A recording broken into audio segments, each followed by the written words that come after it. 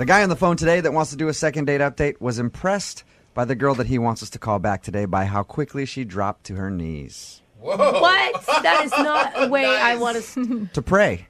He met her at church. Gosh. Why do you do that to me? You guys are perverts. He met her at church. That's all I was trying to get at. Sure, yeah. Sean is his name, and he wants to call a girl named Lisa today. I guess he met her in church. Sean, how you doing?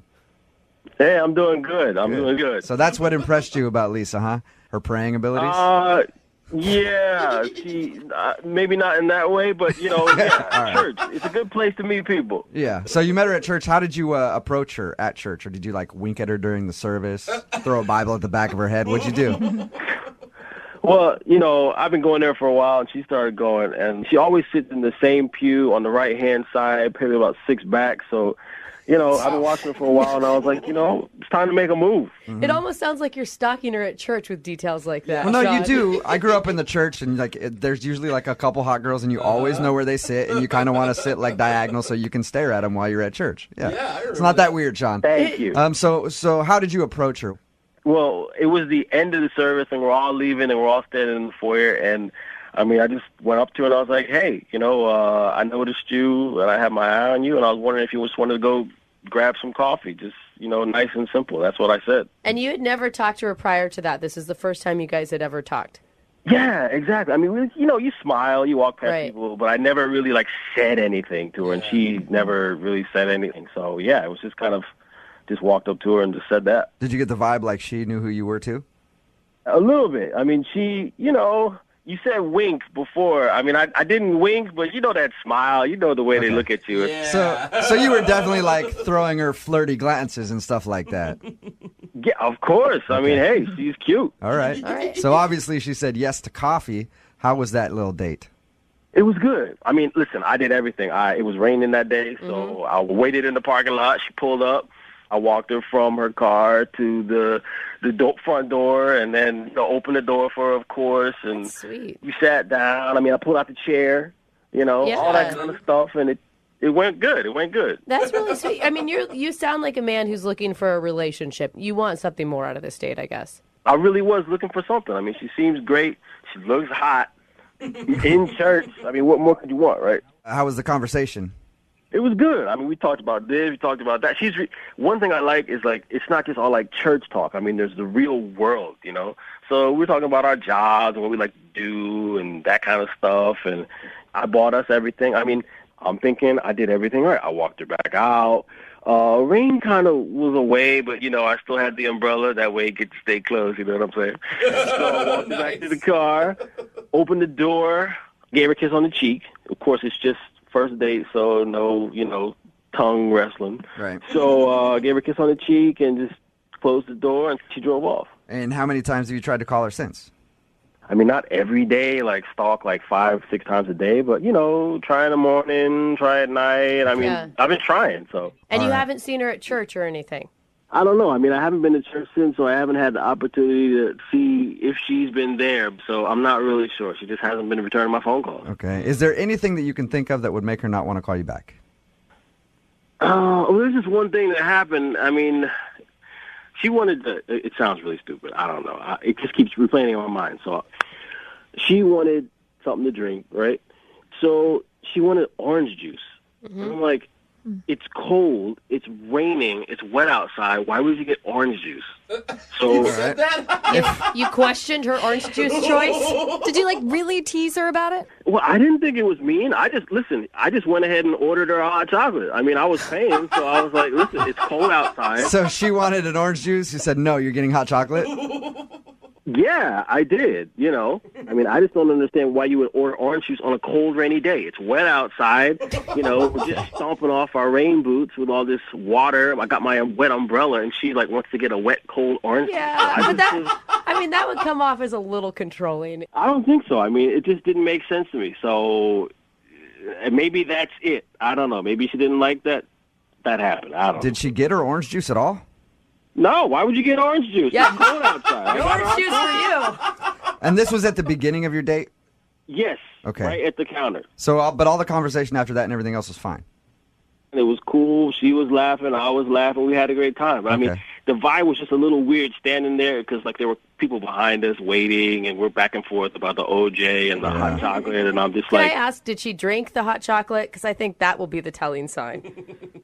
she drank it. Okay. Well, maybe she wasn't upset by it. Well, the fact that it happened at the beginning of your date and then you had a decent conversation after would make me think that that's not the issue. Yeah. Look, it's not a perfect date. I can't say that it was a perfect date, but it definitely deserves a second date. I mean, I've had much worse happen than this, you know, tripping, falling, people not showing up. I mean, I think I deserve a second date. Cool. Well, we're going to play a song, come back, call her, and get your second date update, all right? All right. All right, hang on. Moving 92.5. Brooke and Jubal's second date update. All right, if you're just tuning in for the second date update, Sean is on the phone. He met a girl named Lisa at church, and she's not calling him back after their first date. They went out for coffee, enjoyed some conversation, and he can't figure out why. The only thing that he can think of that might have turned her off a little bit was at the beginning of it when she ordered an orange juice at the coffee place, and he kind of gave her a hard time for that because it was wet and rainy and cold outside and said, why are you going to do that on a wet, rainy day? And then he ordered her a hot chocolate. But the date continued and it seemed to go fine, so I don't know if that's really the reason. We're about to get her on the phone and find out what went wrong. Sean, you have any last thoughts before we give her a call? No, I mean, let's get to the bottom of this. All right. Okay. And you got something worked out on how you're going to win her over with your words of romance. Well, we'll see what she says first before I decide what to say to her, you know? Oh, okay. It could be something terrible. You're like, I don't ever want to talk to her again. Who cares? All right, I'm going to dial the phone number right now, get her on the phone, and get your second date update. Here we go, man.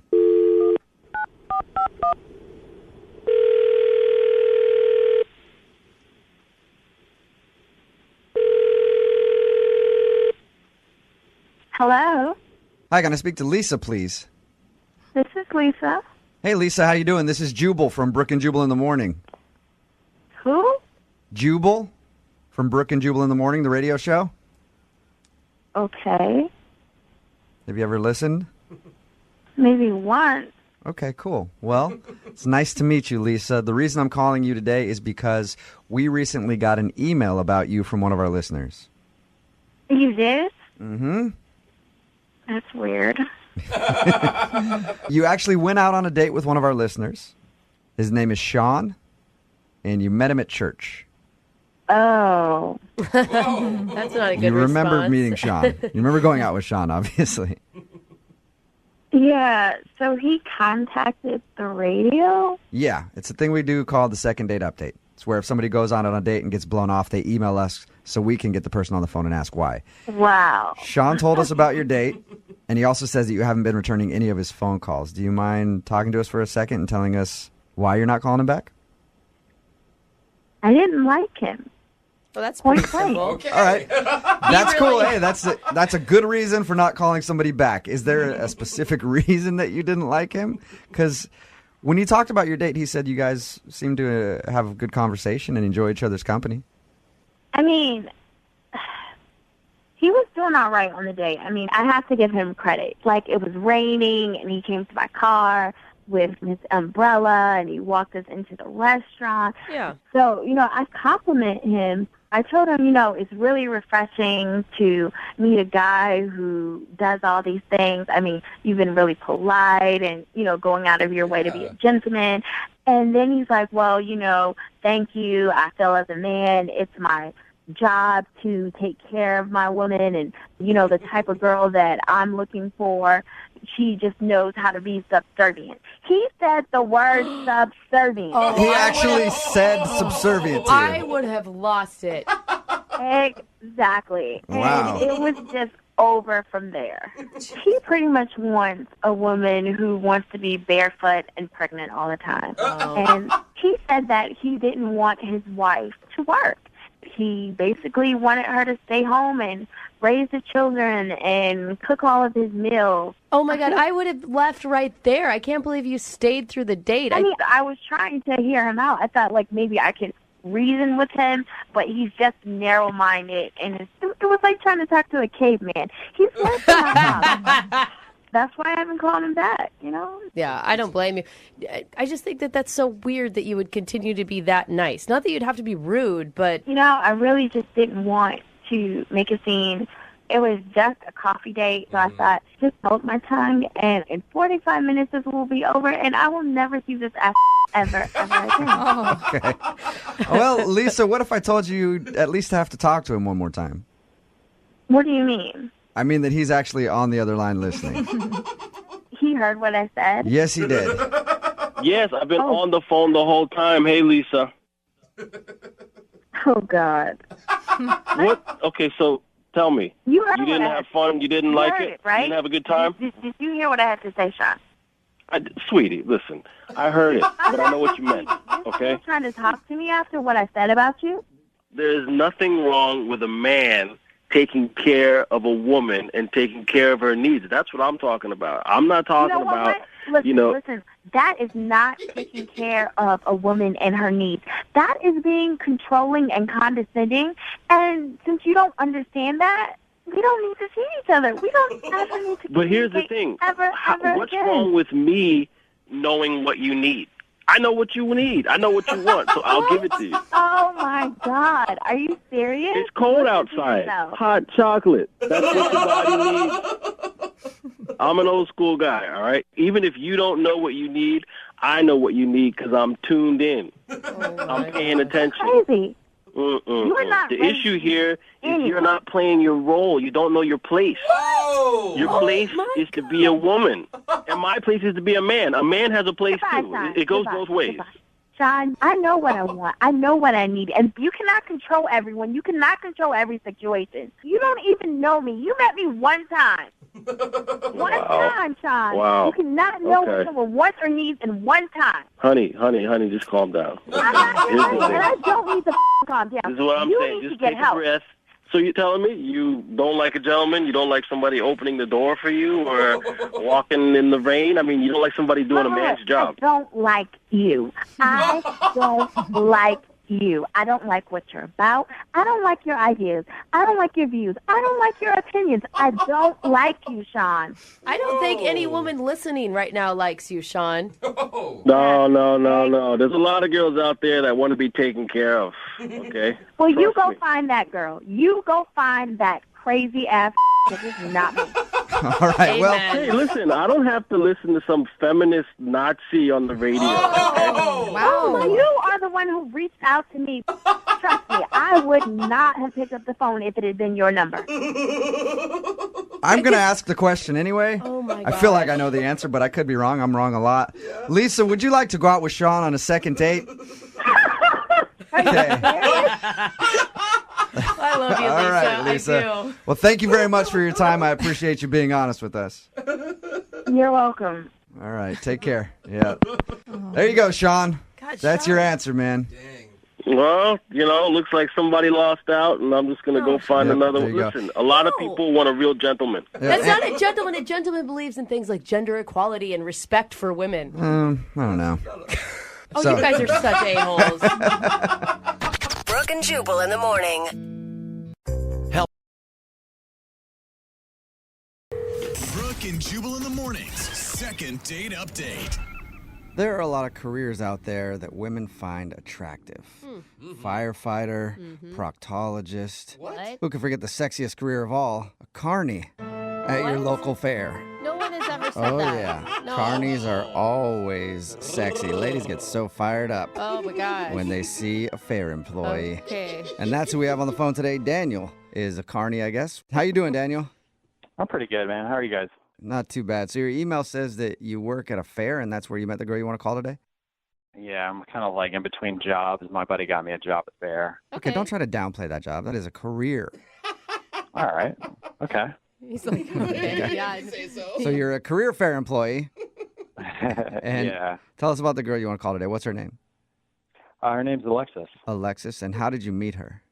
I met her actually at the fair that I was working at in the bumper cars. Were you shocked to meet somebody that you were attracted to? Because anytime I'm at the fair, I don't see a lot of good pickings out there. A lot of hotties. Yeah. Yeah, I mean, generally, especially in like kind of the bumper car area, most of the kids. Yeah, right. That's true. We never really get like, adults. But yeah, her and her friend wanted to ride, and they were kind of amongst the kids. Okay. Okay. And were you instantly attracted to her? Yeah, I was definitely attracted to her when she got on the ride. All right, how'd you make your first move? So basically, like, her and her friend started riding these bumper cars, and of course, they're like amongst like a bunch of like kids, like freaking 9 and 10-year-olds, and some of the kids were getting like really aggressive with them and like bumping into them, and like they were just trying to have fun, but these kids were like obviously like on a mission to just like Kill the adults that were there? Yeah. exactly, yeah. And so I had to run out there, and I was telling the kids, like, you guys have to stop, you have to stop. One of the kids got, like, all in my face, and I banned him from the ride. Oh. Wow, so you almost fought like a 12-year-old in her honor. Pretty much, yeah. I was about to get to that point. I mean, I didn't want to lose my job. Yeah. But Right. she actually thanked me afterwards, and we got to talking, and I was kind of like, my shift's about to be over, and her and I just ended up walking around the fair for a little while. And, you know, obviously doing the games and stuff, obviously I got the discount, so. Uh-oh. Oh, nice. You wowed her with your employee discount, huh? So how was it? I mean, did you guys click? Yeah, we definitely clicked. It was a great conversation. She's really nice. We're both from the same town. It's like a really small town. And, yeah, I mean, I just felt like we just definitely vibed. Awesome. And that was the date, right? You guys walking around the fair? No, actually. We had a great time, and I was like, hey, you know, I've got some pizza and some beer at my place, and I asked her if she wanted to come over, and she was totally down. Nice. So Hey. how did it go back at your place? More bumper cars? Huh? Get it? Yes. Yeah, I hope so. That would be so cool. Yeah, that was pretty funny. Thanks. So, I mean, was it action-packed, though, back at your place? I mean, did you guys just hang out for a little while, or did you guys make out, anything like that? We just kind of kicked it back at my place. Like I say, you know, we were just kind of drinking and just kind of chilling, talking, great conversation. Okay, cool. So no makeout session at your house then? No makeout session, just a nice little hug session. Oh. Hug Just that's a session. hug session. Hey, it's It all was like, session. Yeah, yeah, like a long session of hugging, or it was Like just a multiple normal times? hug, and that's all you got? it wasn't even a session. It was just a small hug. Oh, okay. So why do you think she's not getting back to you? I don't know, but if I had to speculate, at my house, you know, obviously, like, I did not plan on having a girl there that night. Mm-hmm. So it was just a little bit messy. Oh, That may yeah. be one thing. Also, on my kitchen counter, like right when you walk in the door, I have like 4 or 5 parking tickets since working at the fair because we have to park in like a weird spot. So I don't know if maybe she saw those and maybe kind of like thought like I'm not a responsible human being. That combined with the messiness. And then the job obviously is not the most attractive of careers. Okay. So I don't know. These are just guesses. I have no idea. Could be a Right. combo of all three. Did she comment about any of the messiness or the parking tickets or make fun of you or anything? Not with her words, but I her could words. see with her eyes that, Okay. you know, she was just kind of like looking around, you know, but like it didn't really like seem like a big deal to her. But again, this could be just me making things up in my own head. Mm. And how many times have you tried to get a hold of her since you guys hung out? I mean, I sent her like a couple texts and then I tried the power move. I tried to call her. She didn't answer. So, Okay, we'll play a song and then come back and call her and get your second date update, all right? all right. All right, hang on. Moving 92.5. Brooke and Jubal in the mornings. Second date update. If you're just joining us for today's second date update, Daniel is on the phone and he wants to call a girl named Alexis. They actually met at the fair because Daniel works at the fair. She was in the bumper cars and she was apparently being harassed by kids in there who were trying to kill her with the bumper cars. And he went in, kicked a few of them out, ended up hanging around at the fair all day together, and then went back to his place. I think maybe the reason she's not calling you back, Daniel, is because when you guys were at the fair, you probably went into the House of Mirrors and something looked larger than it actually was. And then when you got back to your place, she found out the truth. That's what I'm guessing Oh, happened. man. Nah, I doubt it. They shared a small hug. She didn't see anything about what was in the Yeah. mirrors. Yeah, I don't know what her deal was, but it definitely didn't have anything to do with any mirrors or any illusions of making things look larger than they really are. All right. Well, I'm about to call her right now. Any last words before we do? No, I just hope everything works out. If it was, I mean, you were kind of like guessing that maybe it was a couple red flags, like your messy apartment and the Yeah. fact that you work at the fair. Do you still want to go out with her if that's the case? Because it seems kind of judgy. I mean, I'd like to go out there again. I mean, if I met somebody at the fair who was working there, I'd probably judge them too. Okay, All so right. you get it. All right. All right. Well, I'm going to dial her phone number right now. Here we go.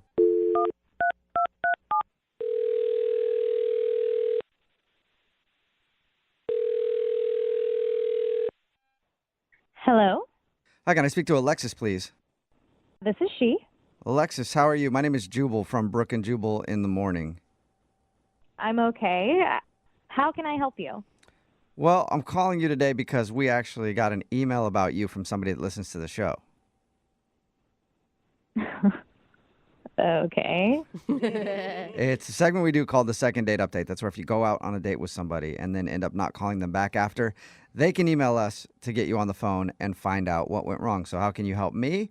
You can help me by telling me why you're not calling Daniel back. I don't know how many Daniels you've been out with lately, but I'm talking about one specific Daniel who works at the fair. Yeah. That Daniel. Yeah. It just didn't work. We weren't vibing, you know? Really? That seems pretty simple. Yep. Well, according to him, you were. I mean, like, things are great at the fair. It's kind of dorky to work at the fair, but I get it. Like, times are hard. You got to take the jobs you can take. And, like, it was just, like, when we went back to his place, it was just, like, I don't know, really small and, like, super messy. Yeah, he did tell us he thought maybe you were turned off because his place was messy. He said he also wasn't planning on having somebody over, so. Yeah, but the crazy thing is, like, it was so messy and it's so small, but there's, like, barely any furniture there. What's there? There's a reclining chair, a little, like, card table, and he has a TV. So not enough furniture for you. I mean, I get it. Like walking into a guy's house when it's super sparse and there's basically cardboard boxes as end tables is sometimes like, oh, man, this is a project. Is that what it felt like? Yeah, and, you know, at first I was like, oh, maybe, like, he's in transition, like, you know, new job or temporary job. Maybe this is a new place, but he's lived there for over a year. Yeah. So basically you walked into his house and his house is what turned you off. Yeah, I mean, we're not, like, in college anymore, you know what I mean? It's not like a barren house where we drink beer and have pizza is like, you know. But isn't that what he invited you over to do? Drink beer and have pizza? It wasn't just that. There's just something really weird. Like, there's this one really weird thing about him. Can you tell us what it is? So I noticed amongst his, you know, his chair, his table, and his TV that in the corner there was a dog bed. A dog bed? Oh, cute. He has a dog? You know, you would think he has a dog, but that is, in fact, his bed. What? What? Sleeps in a dog bed? No. He sleeps in a dog bed. Are you sure? Why? I mean, were you making that assumption or did he tell you that? Oh, no, I asked. I was like, oh, my gosh, do you have a dog? I love dogs. And he was like, oh, no, that's my bed. And I thought it was a joke.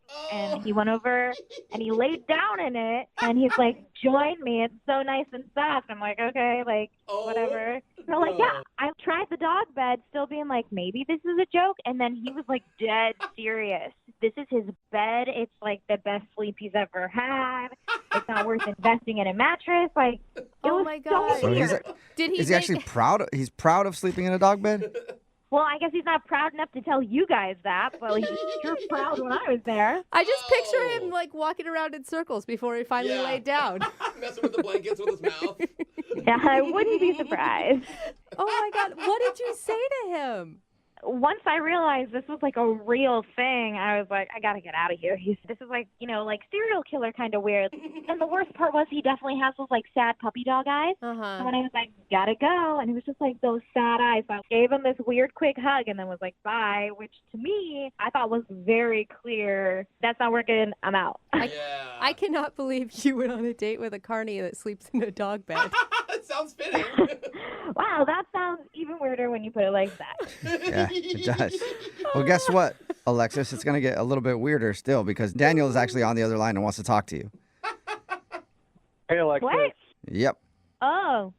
Hey. Is this really happening right now? Is this one of those, like, game shows? Have I been, like, punked or something? No. First of all, like, you didn't mention you were upset about my bed. And I'm legit, like, wondering why, like, you would think that's a weird thing. What? I mean, I guess it could kind of come off as just a little bit weird, but, like, until you actually try it out. I'm legitimately confused on how you don't think this is a weird thing. Well, I mean, is it normal for people to sleep on mattresses? Yes. Yeah. I think so, yeah. Is that how, like, people have always slept? Have they always slept on mattresses? Really, it's just something keeping you off the ground. I mean, What? Don't be a sheeple and give in to mattresses? Is that what you're trying to say? Well, I'm trying to tell you guys, I've tried human beds in the past, and they're not as good. Dog beds are very simple. They're smaller. What? I guess it would be easy to move around if you're moving. No, but for real, like, are you just having some serious? I mean, we get it if you're having some serious financial issues and you can't afford a bed. Like, No, it's not. It's nothing like that. I had a dog in the past, and I bought my dog a dog bed, and he was not interested in it at all. Like, he didn't sleep in it. And one day I was just chilling around the apartment, and I just tried to take a nap in it. And I had a really deep sleep. It was like an amazing nap, and then I just tried sleeping in it at night. And it just like really worked out. Like I've never slept better. Wow. Oh, so you just love sleeping in your dog bed. Yeah, like I said, it's just like a regular bed that happens to be made for dogs. yeah, but no woman is going to come back I mean, Daniel, what happens if like you had a long-term girlfriend who moved in? You obviously wouldn't fit on a dog bed. I'm just going to throw this out there. They do have like bigger dog beds for like mastiffs and like larger dogs. Wait, how big are you sleeping on right now if you're not already on a Mastiff dog bed? It's just like a regular bed for like kind of like medium-sized dog. Like a Oh, you just got to get curled up, I guess. Yeah. It forces you to get like curled up in like a really nice position. And Alexis, I don't even know why you're trying to act like this right now on the radio when you clearly laid down in the bed and you thought it was comfortable yourself, you know, and you're trying to act on the radio now like, you know, this is a deal breaker for you. I just didn't want to get murdered, you know? Nobody's going to murder you. You're just being stupid. Was it comfortable or not? Be honest. Absolutely not. It's like an inch of foam. I want a big bed. Like, give me that California king so I have my own space even when someone else is there. Like, you're out of your mind, man. This is not how she was at the apartment. She was not acting this way. I'm with her, dude. If I went back to a dude's house and he's like, yeah, come join me on the dog bed, I would also immediately flash on some sort of serial killer instinct. I'm not going to lie. I would be as nice as I can until I got out of there. I don't think you guys are with the times. Like, I think you need to try other things out. And, like, you guys giving me for sleeping in a dog bed. I think that dog beds it's like a devolving thing, not an evolving thing. Well, whatever you guys think. But at the end of the day, you know, like, I'm sleeping really nice. Like, I think it's a great sleep. And, Alexis, I think it's wrong for you to judge me for this. I honestly think you should just give me another shot. Like, I don't think that this should be a deal breaker. Like, because, you know, I definitely am ready to be in a relationship with you. And, like, I don't know. Like, Yeah, I mean, judging by his sleeping, he'll be really loyal. Alexis, would you like to go out with Daniel on a second date? We'll pay for it. Absolutely not. Yeah, dude. I think futons are wrong after the age of 25. I think you answered too quickly, and, like, you're not hearing me out. I'm okay with getting a regular bed and just putting my dog bed next to it. Yeah. So there you go, Alexis. Compromise. If you guys were to continue to date for a long time, you could get an actual bed. He'll just put his doggy bed on the side that he sleeps on. We just went on one date and you're already planning to put your weird dog bed onto my bed? Like, that's not going to happen. All right, whatever. Absolutely not going to happen. You know what? Just go find somebody else at the fair. I don't really need you, all right? I'm perfectly comfortable and happy in my own life, and I don't need this judgment. Ouch. Well, That is a hurt Alexis, thank you for your time. Daniel, I'm sorry, no second date. It's all good. Yeah, it's all good. Trust me, dude. There is some woman out there who wants a guy who works at the carnival and sleeps in a dog bed. I'm She's not going out to be there. working at the carnival much longer, guys. Okay, so- but you're not giving up the dog bed, right? I mean, no, I don't see it in the near future, if I'm being honest. All right, well, there's got to be a woman who wants a dude with a nice dog bed that she can lay next to, all right? If there's anybody listening and they want to get a hold of me, reach out to the radio station. Guys, please give them my number. Sure. Yeah, we'll go from there. All right, we'll get you laid in that dog bed soon enough. For sure. Brooke and Jubal in the morning. Brooke and Jubal's second date update. Nothing is sexier to a woman than a hot computer programmer making all that dough, rolling around town in his badass automobile with Italian leather seats, sitting next to a dude that smells like bum pee. I'm, of course, talking about riding the bus. There's nothing sexier than a computer programmer who rides the bus. Am I right or am I right? And that's who's on the phone with us today. His name is Adam. He's a computer programmer who has a bus pass. And I point that out because he actually made his date pick him up for his first date. Her name is Robin, and that's the girl that he wants to call today. Adam, what's up? How are you? I'm all right. How are you guys doing? Gosh, Good. Adam, with all the sexy talk, I almost took my top off for you. If only you had a webcam. Where'd you meet the girl that you went out with? Well, we actually met through a couple of mutual friends. Okay. Okay. They thought that we would get along because we're both kind of similar. We both kind of keep to ourselves a little bit more introvert. I work in front of a computer a lot. Obviously, you already made fun of me about that. But they kind of set us up a little bit on the internet, and we're chatting on Messenger for a few times, and we agreed to set the date up. The interesting part about your email to me was that you made her come pick you up because you ride the bus. You don't have a car, or? Well, yeah, no, I don't have a car right now. I ride the bus because it's just, it works for my lifestyle right now. Mm-hmm. I don't really need a car or a car payment, or, you got to pay the car note and the insurance, and I'm trying to save some money because, I want bigger and better things, and I just don't really need a car right now. I think that's really respectable. Was she turned off by that, you think? I don't think so. When we were talking, I didn't really get too much into it. But No, I think you're good. Anytime I've heard a woman talk about a guy who has to take the bus, they're always super impressed by it. Hey, I dated a bus guy. It's fine. Well, you can laugh at it, but I mean, there's a lot of people that spend a lot of money for a lot of cars that they can't afford. Yeah. No, Right. yeah, you're absolutely right. I'm just saying. Look at Jubal. That- He's got Yeah. three Yeah, cars. I agree with you. I'm just saying it could be awkward for a girl when she has to pick you up for a date because you have to take the bus. Yeah, and I can understand that. I mean, that's the one downside about not having a car is that aspect of it. Yeah, but once she picked you up, how was the date? Was it good? Well, when she got there a little bit early, I had made reservations, so we had a little bit of time to kill, and I asked her if she wanted to come in, of course, and I was still kind of, getting on the tail end of getting ready, and she was kind of like a female me, and Hey. How so? What does that mean? Yeah, what does that mean? well, she just was. I mean, she's into gaming a little bit. I like gaming. We kind of talked a little bit about that, and she is also has kind of an IT job, which is similar to my job. She works on computers all day, but she was really cute and maybe a little bit out of my league. But hey, I wasn't going to complain. So when you met her in person, you were actually impressed. Well, yeah. If you know anything about the computer industry, it's not flooded with hot girls. I can't Really? imagine. Weird. I thought it was just models walking around everywhere on both male and female side of things. Yeah, go figure that. Yeah. All right. So how did everything go, though, when you guys actually went out on your date? Well, she got to my place, my apartment, and I was kind of coming back and forth out of the bedroom and talking to her while I was getting ready. And then all of a sudden I walked out, and she's like, "Do you have a cat?" And I said, "Yeah, he's probably around here somewhere. His name's Jasper." Mm-hmm. And she gave me like a weird look. I don't want to say like a look of horror, but it was almost that. And she's like, "I'm allergic to cats."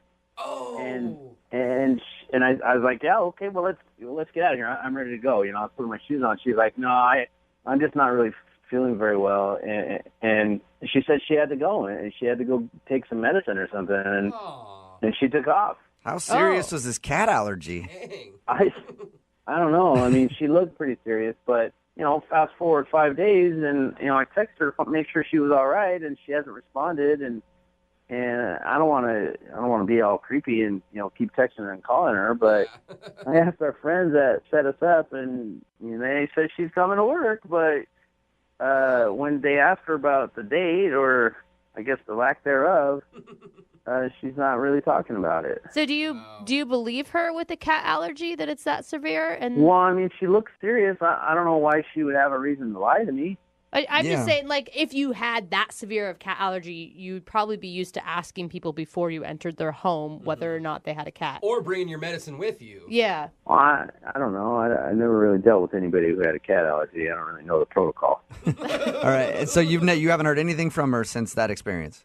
Nah, that was it. Okay. Maybe she did make it up. Any idea why she would make that up? I don't know. Maybe she didn't like my face. She's like, "Yeah, man, I'm actually allergic to your face. Sorry." All right. What can I say? That's why I emailed you guys. Well, we'll play a song, come back, call her, and get your second date update, all right? All right, cool. Thanks. Okay, hang on. Moving 92.5. 105. Brooke and Jubal in the mornings. Second date update. A lot of people that listen to the first part of today's second date update might think the girl that we're about to call should be ripped for probably faking a cat allergy to get out of a date. Adam, you said that she went over to your house and she saw that you had a cat and kind of freaked out and got scared and left. And then she showed up to work the next couple of days because you guys have mutual friends that are coworkers. I think she should be commended for obviously getting deathly ill from the cat and then getting like a blood transfusion and still managing to make it into work the next day. I think that's very impressive. And she definitely didn't lie to you at all, Adam. You guys don't think that she had a cat allergy? I think you're just catching on to that, Adam. Yeah. No, I don't think she had a cat allergy. If you're just tuning in for the second date update, that's what happened. Adam met this girl named Robin through mutual friends. She came over to his house to pick him up for the date because he doesn't have a car. She saw his cat and then said she had a cat allergy and hasn't talked to him ever since. But we think maybe she made it up just to get out of the date because we've heard of things like that happening quite a bit. All right, Adam, I'm about to get her on the phone and find out if the cat allergy is real, okay? Okay.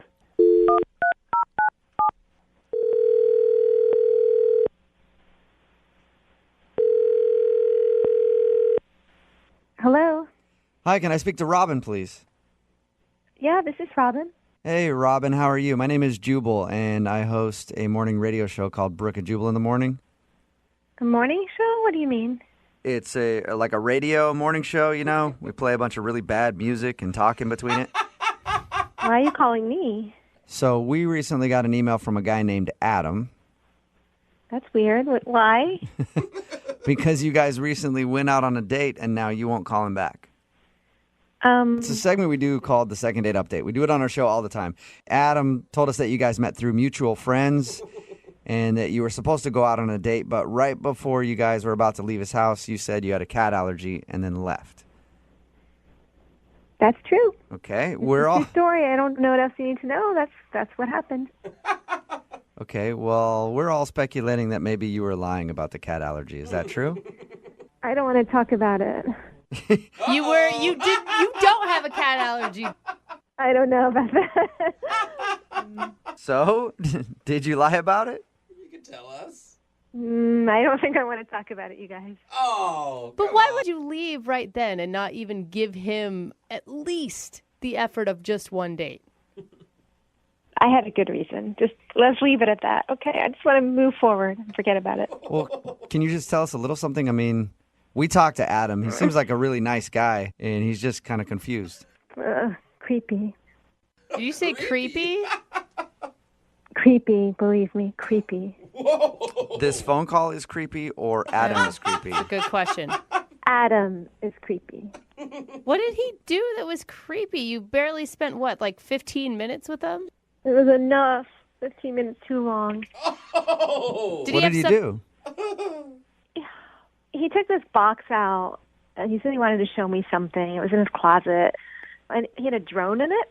Okay. And then he started showing me like the stuff he's like the footage that he took, via the drone. Uh-huh. And it turns out like his personal hobby, when he's not at work, he just like spies on his neighbors. What? Like he's stalking his neighbors? No, not really stalking, just observing them, like their daily habits. And like he got really excited when he showed me one family because he said they eat spaghetti every Friday night. So like, how does he know they eat spaghetti every Friday night? He's been observing that, and he was just cracking up like a little kid. And I found it so creepy and so off-putting. And I thought of the first excuse I could to get out of there. I just told him about my cat allergy. That is strange. And you're sure the footage isn't just like on accident? I'm just hoping that it's like he's out practicing flying his drone and he happens to be by a house every Friday. Because he has footage ongoing. And he was cracking up. Like I said, he knew that one family eats spaghetti on Fridays. I think Tuesday nights another family, or maybe it was the same, they have tuna fish. It's like, this is probably all he does. He goes to work, maybe he works from home, and he does this. So he flies his drone around the neighborhood filming his neighbors. Yeah. And what's weird is that he doesn't realize that it's abnormal, because if he did, he wouldn't show you the footage. Yeah. Well, I guess, but I mean, it's just even weirder. It weirded me out. I don't want to talk to him ever again. I don't want to see him. Yeah. I got a weird feeling. Yeah, that He's a is pretty creepy. sneaky guy, it sounds like. Yeah. Yeah. Yeah. Yeah. Creepy. He's actually on the phone listening right now. That's how sneaky he is. And he wants to talk to you. Yeah. He is not on the phone. No way. Yes, he is. Hi, Robin. Oh my God. Well, I've been listening to the whole conversation, and I kind of showed you that footage in confidence, and I didn't feel the need to expand too far on it. That's not my hobby. That's another business. What? It's another business? Wait, taking creepy videos of people in their homes while they eat dinner is your business? No, it's not a creepy video business. It's me and a friend of mine got contracted a while back to create a new app that would expand upon something like Google Maps to get better aerial footage of different neighborhoods. And we started in one geographic neighborhood. And yeah, I think it's funny that family eats spaghetti every night, but I could really care less what they're doing. We're trying to map the entire city. Wow. I don't know if I believe you. Well, I mean, there's nothing to believe. I mean, it's an app that's been in development. I'd be more than happy to show it to you, but you kind of sound off-put anyway. That's not it's not a creepy kind of thing. We're literally trying to map the entire city so that we can move to another city and start mapping that city with better views, with better aerial views. I wasn't trying to show you something that I have a weird hobby of peeking in people's backyards. I don't care what people do. I'm trying to make my life better. That's why I ride the bus. You sound so defensive. You didn't explain this to me when you're showing it to me, so, I don't quite feel comfortable to believe all this. Well, the reason why maybe I sound defensive is because you lied to me about being allergic to my cat and just took off and didn't respond to text messages. I guess that is a good point. Why didn't you just respond to him and tell him what's going on? Because I told you guys already, I didn't want him to come to my neyborhood and start taping me. I didn't want to antagonize him. I'm a woman. You shouldn't question why I don't text back a man. My security. How dare I? He lies on people. And it's creepy for him to say, why didn't you text me back? Because I don't like you. I don't want to see you again. Deal with it. To be honest with you, I mean, you're a good-looking girl on the outside, but you're not very good-looking on the inside. So don't flatter yourself. You know what? Again, I need to your go. neighborhood But the and point is, take a woman's aerial footage of protecting your herself, backyard. and she's told she's not attractive, because of that. And that's just like classic misogyny. So you're not the kind of guy I want to be around. Plenty of men get it. Kind of You don't. thing. Let's move on. Well, I don't want to be around liars, I guess. Good. Then you don't want to be around me because I lied about my No. cat allergy, and I would do it again. I don't. I'm over this phone call. Thanks, guys. I appreciate your help. Oh my, that escalated really quickly. And this whole time, all I can think about is there's going to be a new map that's super creepy and shows people in their houses out there. Let me ask you something. Have you ever used Google Maps? Yeah, all the time. Okay, well, this is a better version that is probably going to get bought out by Google. Well, congratulations. You'll be a rich billionaire, but you'll be all alone. Congratulations. Whatever. Well, I guess, I don't know. I obviously shouldn't ask the question, but I guess I'll ask it anyway. Robin, would you like to go on a second date with Adam? I'll pay for it. No, thanks. All right, you can pay for it yourself. I don't want to do the whole, hey, males should pay thing. You can pay for it yourself if you want. Screw you. I know what you're doing. I'm asking if you want to go out with him again. Yeah, she's on I don't to you, know. Jubal. Yeah. She got it.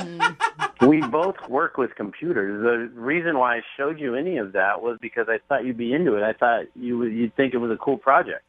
You think it's a cool project to videotape your neighbors and get off on that? I don't think so. Well, first of all, it's not videotape. It's digital video, and I don't get off on it.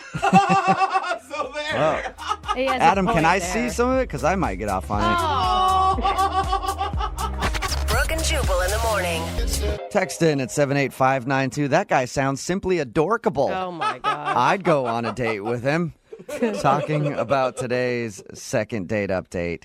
If you missed it, a lot of people are claiming that the guy is just straight up creepy on our text message board. His name was Adam, and he wanted to call a girl named Robin and find out why he wasn't getting a call back. Well, it turns out while they were on the date, he said, "Hey, I want to show you some pictures and stuff from my drone." So he flies his drone around his neighborhood and wanted to show her pictures of the neighbors. Yeah. And videos that he's gotten of them like eating dinner and stuff. Oh, man. And he said he was working on it for research for an app that he's going to be creating. Yeah. Yeah, but She said it was just creepy because all the pictures and videos were of his neighbors, like he was spying on them with his drone. And he didn't explain the business app part of it until way late in the game. Yeah. You know?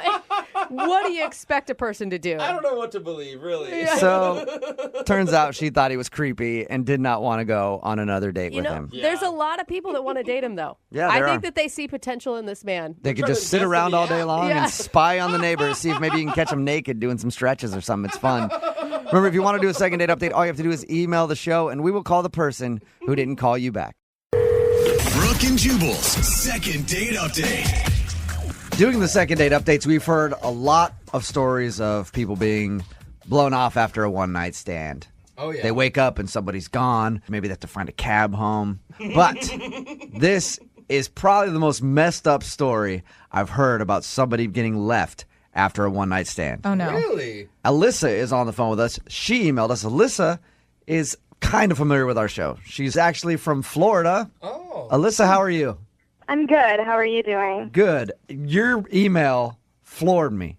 Really? Like when I read it, I was like, that is probably the most messed up thing I've ever heard somebody do to somebody else. What? Oh, my gosh, I in this got to hear. situation. Why don't you tell everybody what happened?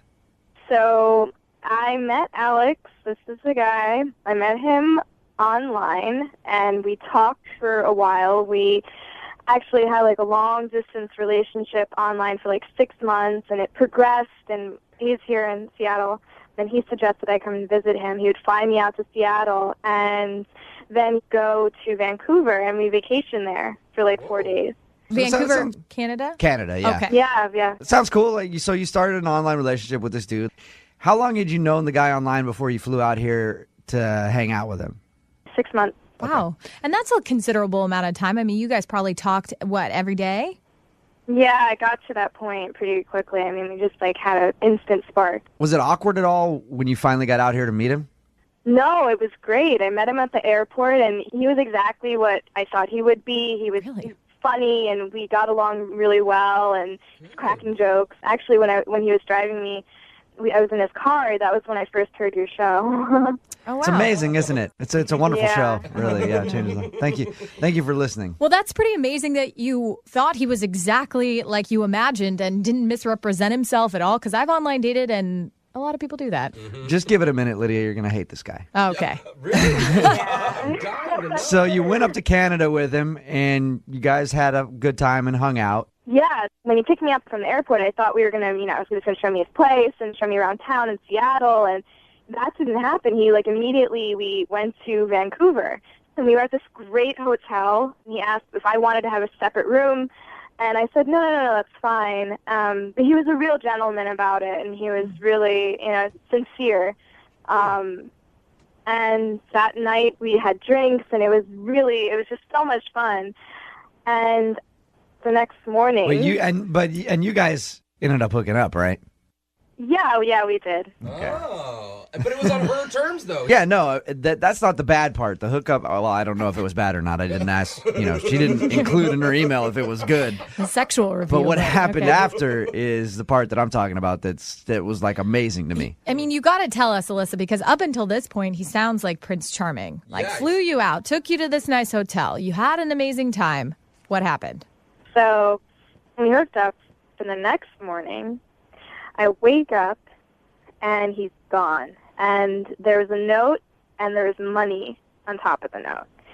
And on the note, it said that he had an emergency, and that the money was for the bus back to Seattle. Oh, and I was supposed to stay there. We were planning on this trip in Vancouver for 4 days, and it didn't. I had to completely reschedule my flight. Oh, my God. And I called him several times, and it went straight to voicemail. I went back to Florida. It's been a few weeks now. I have not heard from him. Oh, at my all. What the God. hell? He met her online in Florida, flew her out here. They went to Vancouver. We're supposed to be there for 4 days. Ended up hooking up with her. The next morning, gave her money. It was like, here's a bus ticket back to Seattle. Sorry about that. Got a family emergency. She's in another country. Yeah, and so she had to get a bus back here and try to figure out her flights and everything else to go home. Oh my God. Even if there's an emergency, you like wake somebody up and tell Yes, them. Lydia. Wow. Oh my God, I can't believe that. I told you guys that it was messed up. And you want us to call this guy, but you don't want to call and ask, like, for a second date. You just want to know what the hell happened. No. I'm done with that. I just need to know. I just need to know what the Right. Yeah. I've never had this I've never had a girlfriend who's had this sort of thing happen. This is so messed up. And there was no reason that you could think he would leave you there other than just like he got what he wanted and then decided to leave you in another country. No, nothing. And think of how much money and time he invested just to do this to you. Like, that's such a weird thing. I kind of believe there was an emergency. Oh, I don't believe it for a second. I'm just saying, that's crazy. If it really was an emergency, it's been 2 weeks. Yeah. Yeah. She's gone back to Florida. Like, at that point, you call and tell her what happened. He's obviously ignoring her for a reason. Yeah. All right, well, Alyssa, we're going to play a song, come back, call him, and get your second date update, all right? Okay, thank you guys. Okay, just hold on. Moving 92.5. Brooke and Jubal in the mornings. Second date update. Hey, Alyssa. Hey. Hey, I was thinking about your predicament, and I do think that there is a silver lining. How could there possibly be a silver lining? Well, the dude that you want us to call may have left you in another country after a one-night stand, but at least that country was Canada. Right? Touche. Like, there are a lot worse places. he could have left you in Tijuana. Yeah. Or Juarez or somewhere like that. At least you were in Canada. Oh, gosh. If anybody's just tuning into the second date update, Alyssa was actually left in Canada after a one-night stand by a dude. She met a guy online who lives out here. She's from Florida. He flew her out here, said, let's go to Vancouver for a couple days. They went to Vancouver, ended up hooking up the first night they were there. He left in the middle of the night, said, hey, sorry, family emergency. Here's some money for a bus to get back to Seattle. She ended up having to do that and then change her flight to get back home because they were supposed to be there a couple days. Basically just ditched her and hasn't been getting back to her at all. I just want to figure out what the happened. I want to put him on the spot. Right. You deserve some closure. Do you have anything like in particular prepared to say? It will come to me. Yeah. I'm sure it will, Be yeah. a lot of bleeps, I'm sure. All right, well, I'm going to call him right now, see if we can get him to answer his phone, okay? All right, here we go.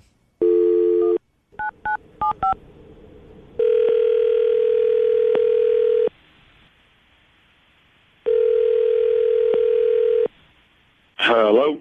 Hey, can I speak to Alex, please? This is Alex. Alex, what's up, man? This is Jubal from Brooke and Jubal in the morning. I'm moving 92.5. Are you serious? Yeah. What's up? No, really? Yes, it is. This is kind of crazy, man. I love your show. I'm a long-time listener, a long-time fan. I've heard that you listen to us, actually. How you doing, man? I'm all right, man. I'm a little bit on edge, though. What's up? Why are you calling me, dude? Well, I'm sure you're probably aware of the second date updates. Oh, man. Come on, dude. That's how I know you're a listener, because they said that you listen to our show all the time. You're actually the person that introduced them to our show. Is it starting to come to you, Alex? Do you know who we're talking about? Yeah, hold on. Time out, man. Is she on the line? Are you talking about Alyssa? Yeah, is she on the line? The girl from Florida? Yeah. No, she's actually not. She's not on the line. I know you know how the second date updates work. Normally the other person's on the line, but her being in Florida, like we couldn't work out the time change or whatever. But I read the email, and her email floored me. I couldn't believe that you left her in Canada. Time out, man. No, dude, whatever she wrote, man, it's just not the truth. Okay, well, what is the truth? I was catfished. You know what I'm saying? You were catfished? What? Yeah, man. I was catfished, man. I show up. No, dude. It was not even close. Okay, to being the same person. What she told us was that, you guys have had an online relationship for a few months, like 6 months. You flew her out here. You said, let's go to Canada for a couple days. And then you guys hooked up. And then you just ditched her and gave her some money for a bus ticket. And were like, hey, I got a family emergency or something. What was I supposed to do, man? Really? Okay, so what happened It then? was not the same person, dude. Yeah, I was being cool, man. I'm not going to be a jerk to her, you know what I'm saying? Oh, yeah. But, like, those pictures were, like, of her in high school or something. I don't even know, man. Yeah, Alex, define not the same person. Like, Dude, she was heavier. Her face looked different, man. Like, it was just a different, like, it was just not what I was expecting, man. You know? If you were in the situation, you would have done the exact same thing. Now, Alex, Really? I mean, you had to know this was a possibility. Why go to Canada still and do this whole thing if you felt that way?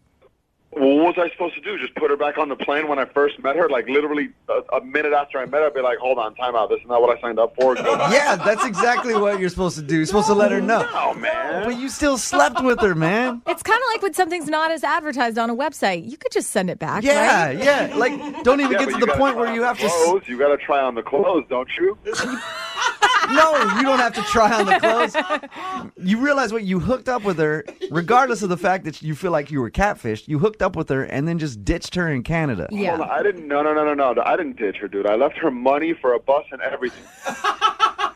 You hung out for that entire time, hooked up with her, just hang out for the next 4 days and then blow her off when she leaves town. No, man. I got things to do, man. I got to go back to Seattle and do what I'm doing there for work, man. You know what I'm saying? I got no time to waste with this. Alex, why are you going to hook up with her if it was that bad?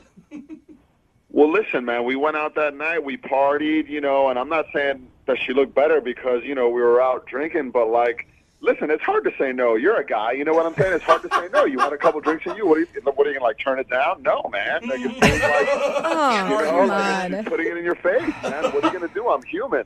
Alex, I have a confession to make. Okay, what? I told you earlier that Alyssa wasn't on the phone because she's in Florida. Oh, come on, man. But Alyssa is, of course, on the other line. Yeah. Dude, that's wrong, man. Yo, I told you I'm a long-time listener, long-time fan. How are you going to do me like that, man? Oh, sorry, man. Alyssa, Hi, Alex. Oh, my God. You are such a piece of shit. Are you f***ing kidding me? You're talking about No, how I man. looked? Are you seriously going to go there? This is not fair. No, this is totally not fair. First of all, I'm the one that even told you about this show. And second of all, you lied to me. You didn't Totally tell lied me. to You me. turned on the radio. No, this is totally not even fair. You want to talk about don't even go there. Don't even go there with me. You lied to me for 6 months. You lied to me for 6 months. You know what I'm saying? I think that I'm a gentleman. Like, what was I supposed to do? I left you money and everything. Like, I'm not trying to hurt you, you know? You left me in f***ing Canada, you dipshit. First of all, no. First of all, I got you a plane ticket. You could go back at any time. You had a plane ticket to go there, and I left you money for a bus. Oh, you do not Like, what was I supposed to do? Did you tell that to your mother? Is that what you do? That's what you do with women? Hold on. Wait. Why are you talking about my mother? Like, listen, honestly, I think I'm a gentleman, and I think I treated you with respect. You need to look in the mirror. No, man, no. This is totally not even fair. Yeah, man. So then just tell me, who the hell's in the picture? Who the hell's in the picture? Because it wasn't you. Yes, it was me. Yeah, It was Alyssa. you like maybe 5 years ago. It wasn't you today. Alyssa, did you mislead Alex? Be honest. I had my hair. It was a different color. Really, just the hair? Yeah, her hair was different. It was 40 pounds different. Okay, so Alyssa, you didn't knowingly try to catfish Alex, though. No, I wouldn't try. I'm not going to do that. No. I mean, just stupid. I don't know what to think, man. Listen, I'm not trying to make you feel bad. I was trying to be a gentleman about it. I'm sorry to leave you there, whatever, but I left you money to get home and everything. You know, but I just didn't want to you need hurt to cut you. the gentleman because it's not Yeah. working. Yeah, okay? don't use that word. Everyone You pretty know, much. I did the best I could. You know, all you Florida girls are crazy. Hey, I will agree with you. Florida is a really weird place. But, Alex, do you ever take blame for anything? Because this whole time, it's not fair. Well, when I'm in the wrong, yeah, but I was misled, man. I am not in the wrong here. I was misled. All right. Well, Alex, I would love to ask if you'd go on a second date with Alyssa. And Alyssa, you know what? If you will come out here and go on a second date with Alex, I'll fly you out here. No way. Yeah, I want these two to go out again. No, Alyssa, I will. It's cool. Don't worry about it. It's cool. It's definitely cool. Free trip, Alyssa. I'll fly you out here. Send you guys to Vancouver. No. And we can do it all over again. What do you think? That's Yeah, you can stop. You can go yourself. Oh! Me or Whatever. Alex? At least somebody's gonna be me, you know. Ain't nobody you. Oh, gosh. Oh, you know what? Maybe you should pay for him to get the hair transplant because he's kind of losing it a little in the back of his head. Oh, no. How old are you again? Low blows, man. Whatever. While you're at it, pay for your lipo. Somehow this gosh. second date turned into like a bad your mama joke fest. Brooke and Jubal in the morning. Brooke and Jubal in the mornings. Second date update. The guy on the phone for a second date update today let his emotions get the best of him on his first date. And now I don't even know why he's on the phone to do a second date update. If I were him, I would not want to see this girl again. I actually don't even think I'd want to go in public again. It's that But bad? regardless, he emailed us and wants to do a second date update. His name is Keith. What's up, Keith? Hey guys, how's it going? Oh my God, Keith, I feel like you should be embarrassed for yourself, but I don't really know why yet. Yeah. Your email was crazy, man. I cannot believe what actually happened on your first date. We'll get into that in just a second. But first off, how'd you meet the girl that you want to call today? What's her name? Allison. Allison. So how did you meet Allison? We met through an online dating site. Okay, that's pretty normal. I just haven't dated very much, and my friends finally convinced me to start doing some online dating, and I tried a couple of like the free online services, and just they were terrible. I had terrible experiences. Yeah, the free ones are never good. He sounds like the memory is still haunting him right now. Oh yeah, PTSD. Like one girl I met within the first 5 minutes of our date, she asked me how much money I made. Whoa. Oh. Do you make a lot of money? I realize it's the first couple minutes we've met, but now I want to know. Yeah. Having flashbacks.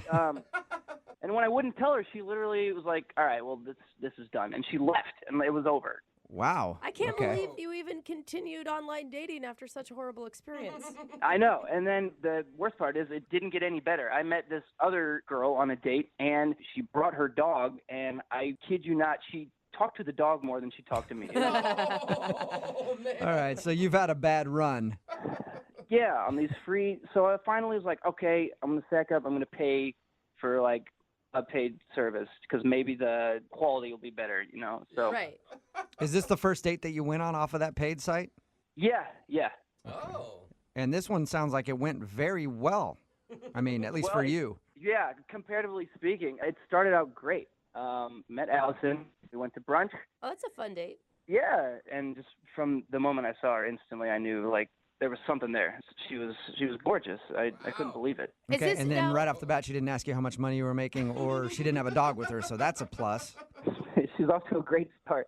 But I feel like you've lowered your standards so much compared to the other incidences that you had. Yeah, I mean, I know my standards had been kind of lowered, but she was like better than I ever would have expected. She was smart, she was cute, she was sweet, and she just seemed normal. She just seemed like a normal person that I had a really great connection with, and it kind of caught me off guard, and I just was like starting to feel like overwhelmed, but in a good way. Like I was swooning, and I just got caught up in the moment, and that's when I think I messed up. Yeah. Well, could you Tell everybody what happened and then explain why you did this. Okay, just try and understand all the context. So we meet, we're hanging out, the date's going great, and it just keeps getting better and better and better. And she gets up to go to the bathroom. And at this point, I'm like, my heart is just like overwhelmed, like it's overflowing. I'm like, she's the one. Like she has to be. I know it sounds crazy, but I felt it. And so while she was in the bathroom, I decided to do something crazy. Oh, no. Yeah. So when she gets back, she sits down and she looks at me and she can kind of tell I have something I want to say. So I look to her and I say, look, I know we just met, but there's something I need to tell you. And she says, okay. And I straight up told her I wanted to spend the rest of my life with her. Oh my God. Yeah. What are you doing? Like, I'm breaking out in hives just even hearing that. And I love love. Yeah, no, I know. It sounds crazy, even me saying it right now. But I don't know. I just was in the moment. I couldn't help it. It's like I would have regretted it forever if I didn't. I made a ring out of a paper napkin, and I got down on one knee in the restaurant. And did everybody see this, or was it just you two? Oh, yeah. People were, like, applauding. They were smiling. What did she do?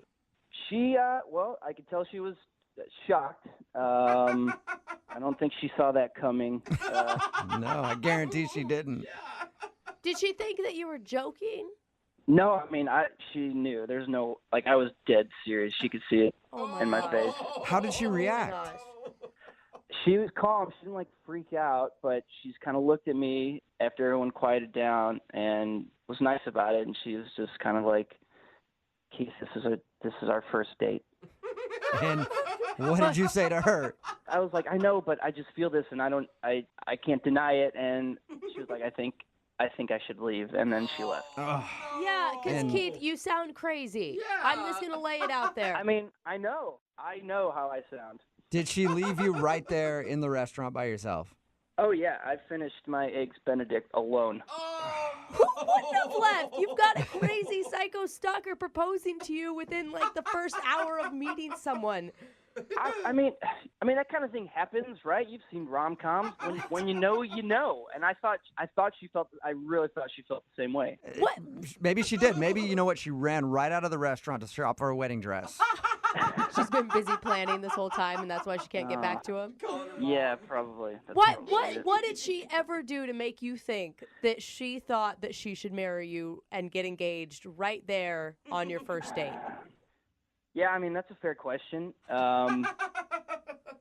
So when we were talking, I like to go to comedy shows, in my spare time, and I told her that, and she wanted to come with me. I've never met a single woman who was excited about. So that means that you ask for her hand in marriage on a first date? Yeah, well, I guess I read it wrong. Whatever. Yeah. I'm guessing you haven't talked to her since this date.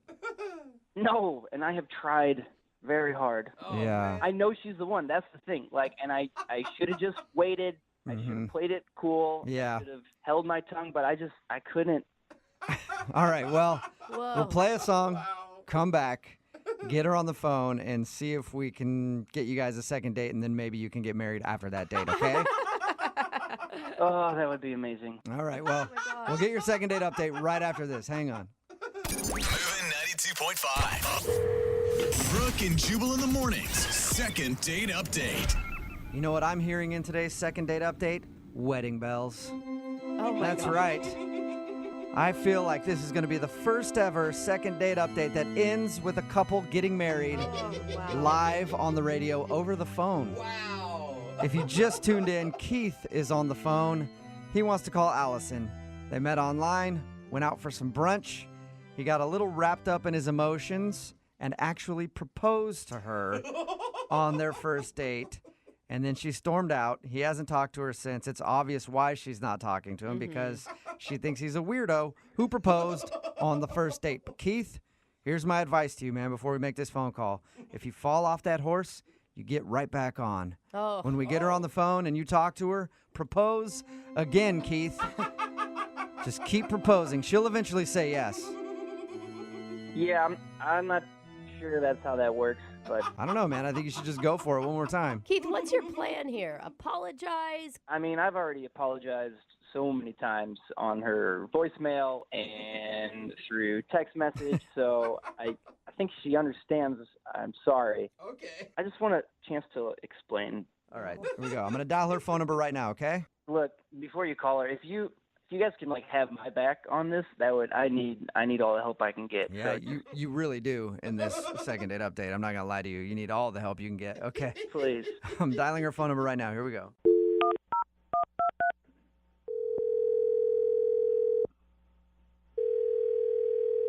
Hello? Hi, I was looking for Allison. Yes, this is Allison. Allison, this is Jubal from Brooke and Jubal in the morning. How are you? Good. How are you? I'm good. Who's this again? I'm sorry, This is Jubal. I host the radio show Brooke and Jubal in the morning. I'm not sure what that is. Oh, okay, good. Well, it's a radio show. It's pretty much the only explanation I can give you there is a little bit of talking, a lot of crappy music, and we do a segment on our show called the Second Date Update. I'm assuming you've never heard of that either. Not familiar with it. You went out on a date recently with a guy named Keith. Oh, boy. Yeah. Keith told us about your date. Oh, really? What do you know? Do you know that he proposed to me? We do. Yeah, he told us all about that. He says that he feels bad, but he also wanted to get you on the phone and tell you that he liked you a lot and wanted to see you again. Really? Let me ask you a question, okay? How did you feel when he proposed to you on your first date? I thought it was really weird. I feel like that's an understatement. Definitely. Has that ever happened to you before? No, definitely not. Was it scary, creepy, a little bit of both? It was crazy. I mean, when you picture getting proposed to when you're young, a little girl, you don't exactly picture it happening on the first date at brunch. You don't? No. Weird. Okay. So Yeah, he told us all about your date, and he said that he feels really bad, and he's tried to apologize to you, and he just wanted to be able to talk to you again to see if you'd go out with him. I mean, he should feel bad. What was I supposed to do? Say yes and marry the guy? You're so Right. dumb. Was there any part of you that thought like, well, it's romantic? No, I was completely shocked. It was one of those things where you just pause. It took me about 3 minutes to even get a reaction, and I didn't even know what to think. So I'm guessing that the reason you aren't calling him back for a second date is because of the wedding proposal. Was there anything else? Does there need to be another reason? I don't think so. That's enough of an explanation.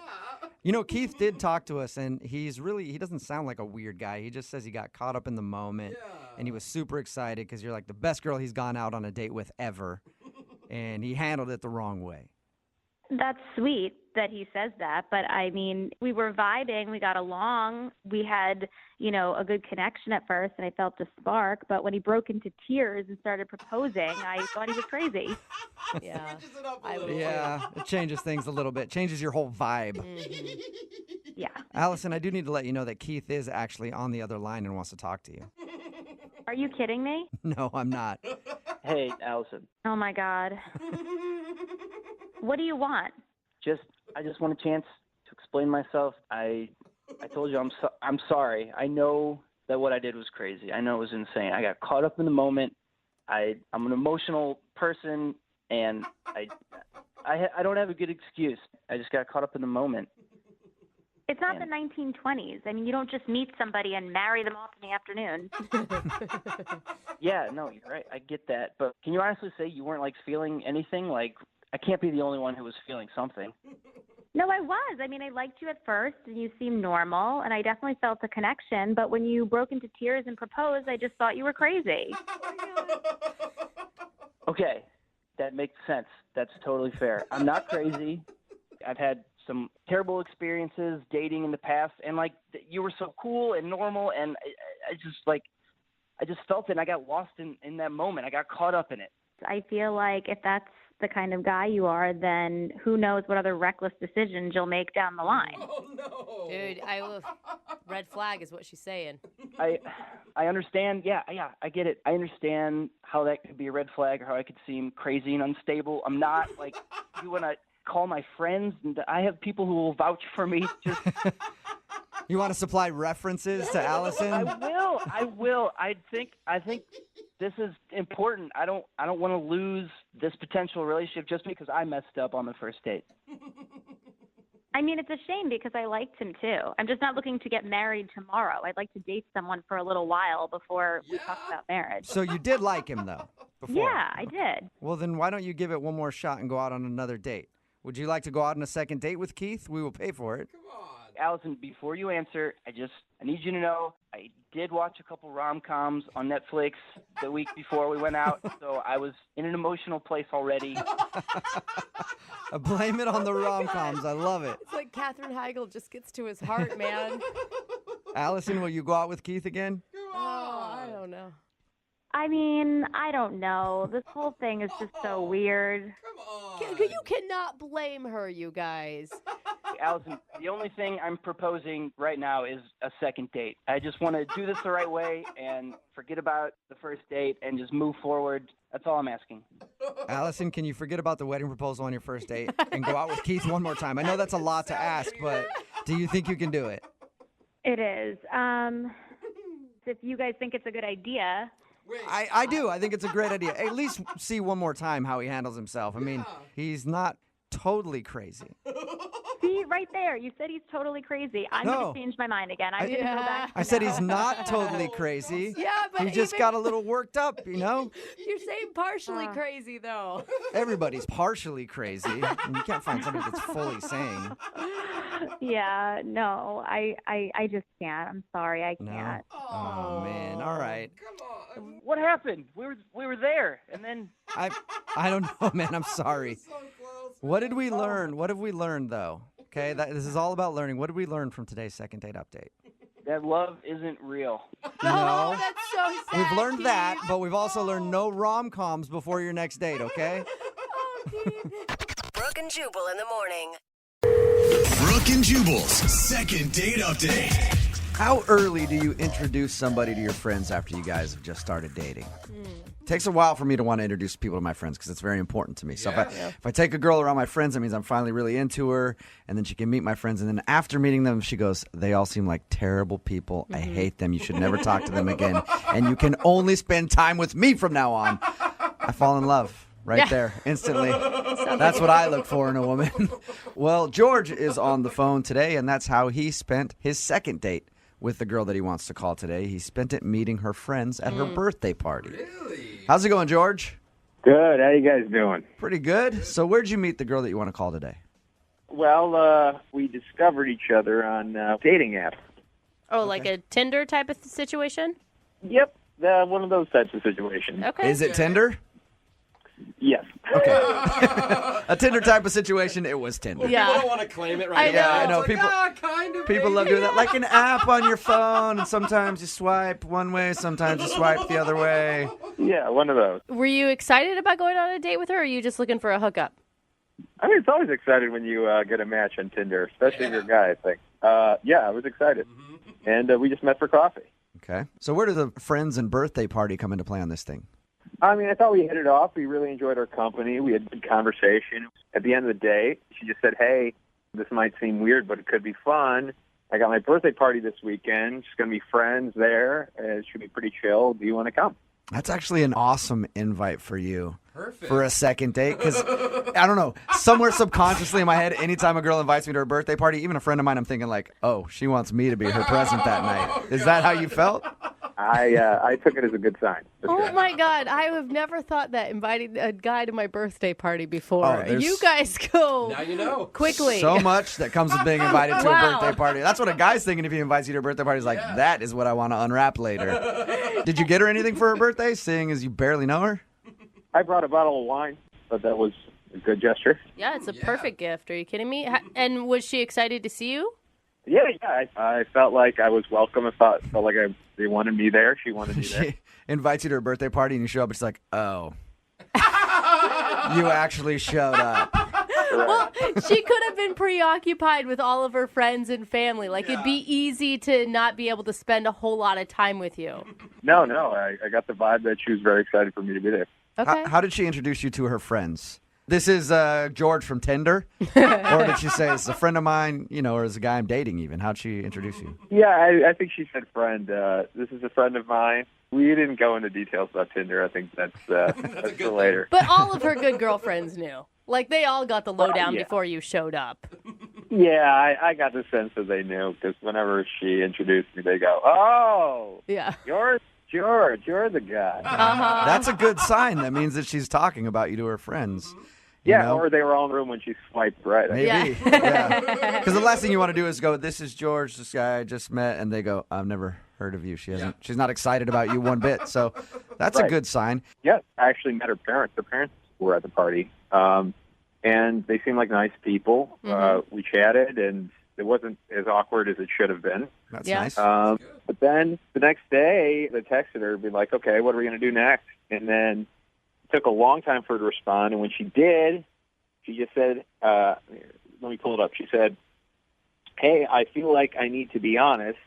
I'm not interested in taking this any further. Well, So you're not wondering if you're not getting a call back from her because she's busy or something. You know specifically that she does not want to talk to you again.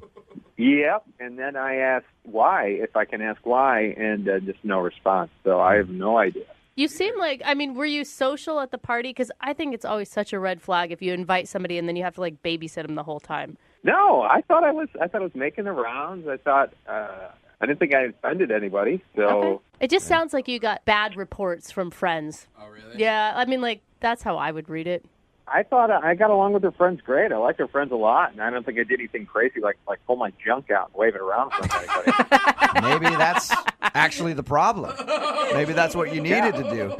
Make a really lasting impression. Yeah, maybe I misread the situation entirely. Yeah. Get hired for all sorts of birthday parties in that group. You got to know when it's a party where you're supposed to whip your junk out at the end. You have to know that, because if you don't, it's just bad form. You know what I mean? True. All Very right. true. Well, Dating 101. yeah, I know. We'll play a song, come back, call her, and get your second date update, all right? Awesome. Thank you. Okay, hang on. Moving 92.5. Brooke and Jubal in the mornings. Second date update. George is on the phone with us. He wants to call a girl named Lisa today. They met on Tinder, went out for a coffee date. She liked him so much, she invited him to her birthday party. He went there, said he had a fun time, talked to all their friends, family, all that good stuff. But a few days later, he wasn't hearing anything back, and then she texted him saying, I'm not really interested. He's curious why and if he did something wrong. George, I didn't even think to ask the obvious question here. At the birthday party, did you sleep with one of her friends? No. No. I think I'd remember that. All right, well, there's a follow-up to that. Does she have any pets, and did you sleep with them? Oh, come on. It's a. You hear how these second date updates end up a lot, all right? She did have a very cute dog, but no, we did not have any sexual. All right. Oh, my God. So, from my perspective, everything should be good, and she shouldn't be blowing you off. Are you ready to call her? Yeah, let's do it. All right, but if I find out like she had a bird or something and you had relations with it, I'm going to be pissed that you lied to me. No, absolutely. I'm just trying to make sure we're on the same page. All right, I'm going to dial the phone number right now and get her on the phone and get your second date update. You ready? Yeah, let's do this.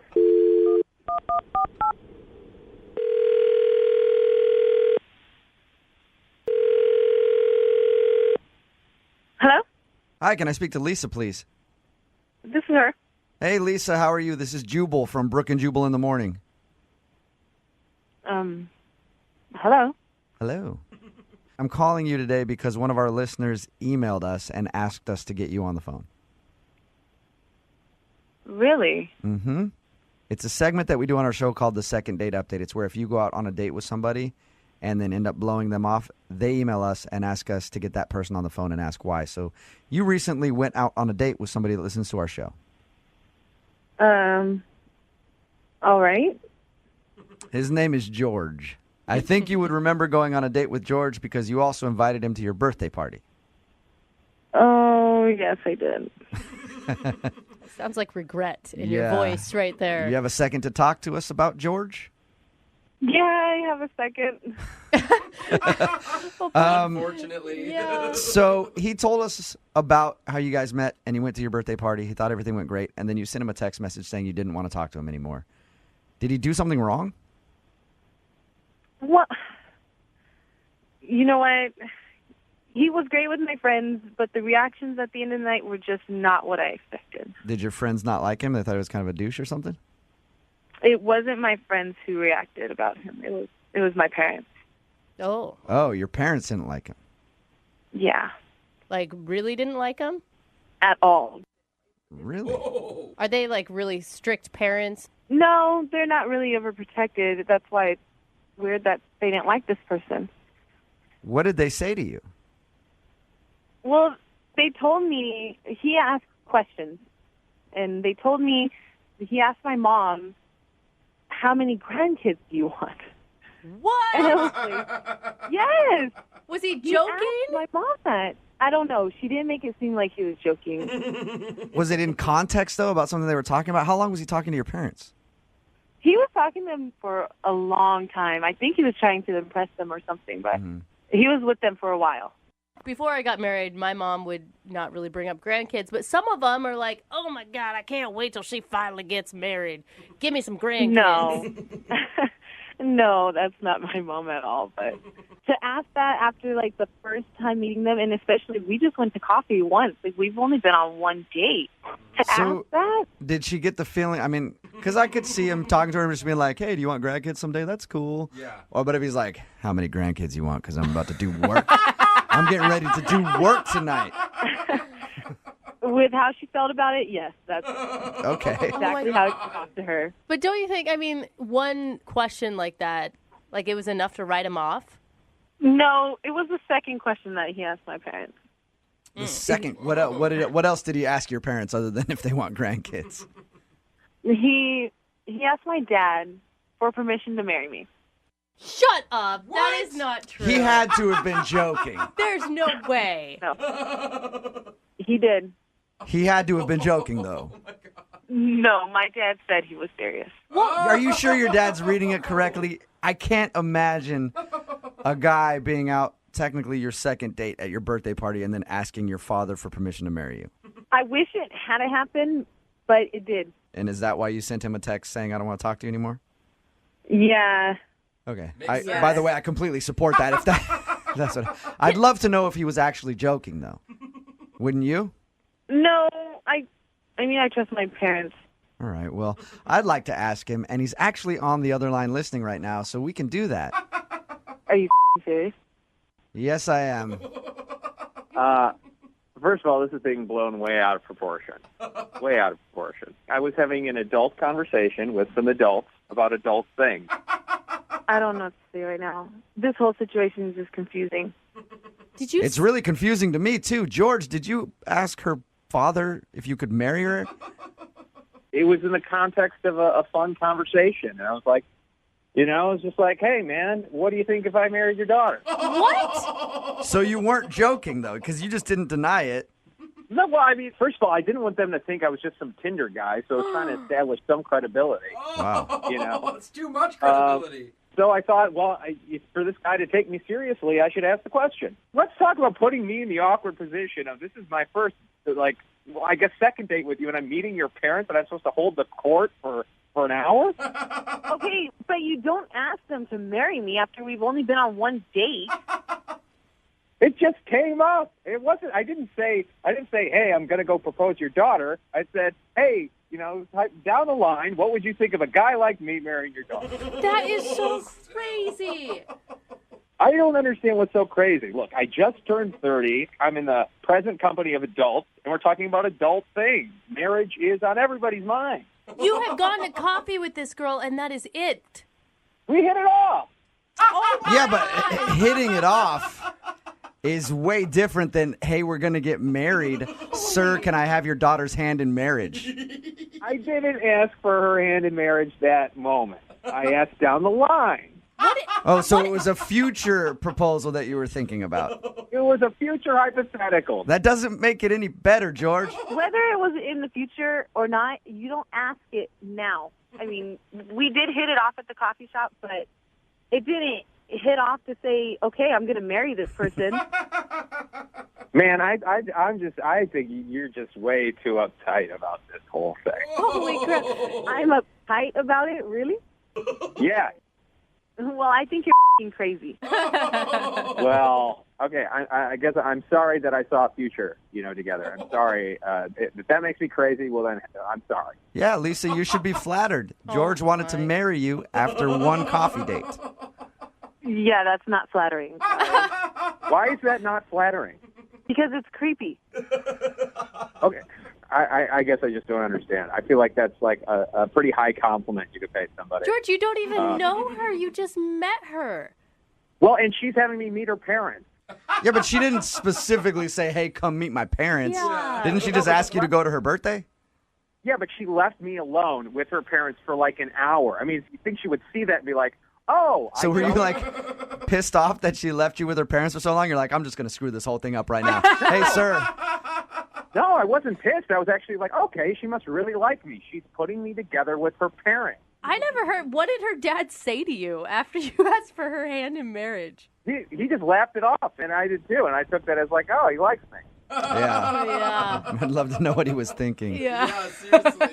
Well, this is normally the point where I ask if you guys want to go out on a second date, and I will pay for it. But instead, George, would you like to propose to Lisa right now?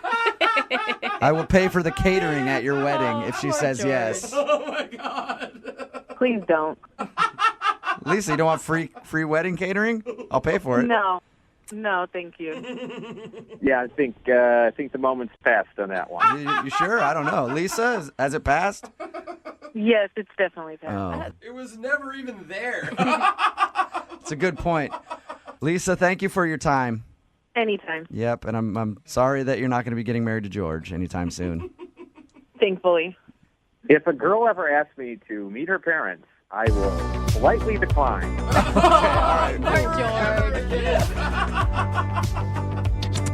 Brooke and Jubal in the morning. Brooke and Jubal's second date update.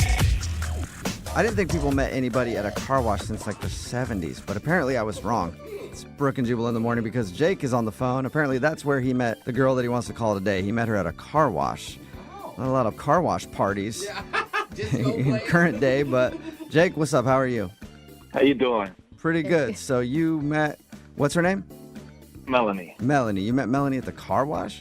Yeah. How'd that happen? I'll be honest with you. I was driving and then I saw this fundraiser car wash, and there was a lot of pretty girls out there washing their cars, and I thought, Okay. you know what? Oh, so you saw a charity car wash and you wanted to perv out for a bit. Wait, hold on. This isn't like a high school cheerleading squad, right? Because those are the only people I ever see doing charity. No. At least they didn't look like that. They looked, overage. They looked legal.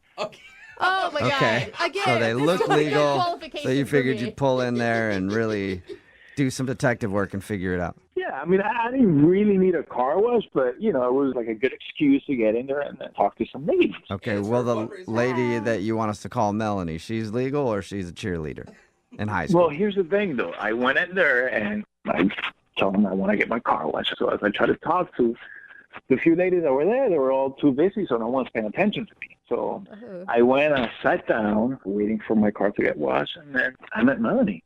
Now, was she washing cars or was she also getting her car washed? No, she was waiting. She was waiting for her car as well. Okay, so you just struck up a conversation with her. I sat down next to her. I was kind of like bummed out on my phone, and then she's like, "Oh, there's some really nice shoes you got." So I turn around and I look at her. I was like, "Wow, this girl's gorgeous." Okay. So I just started talking to her, and we got off on a good start. We had a nice conversation, and I asked her for her number. Let's have dinner.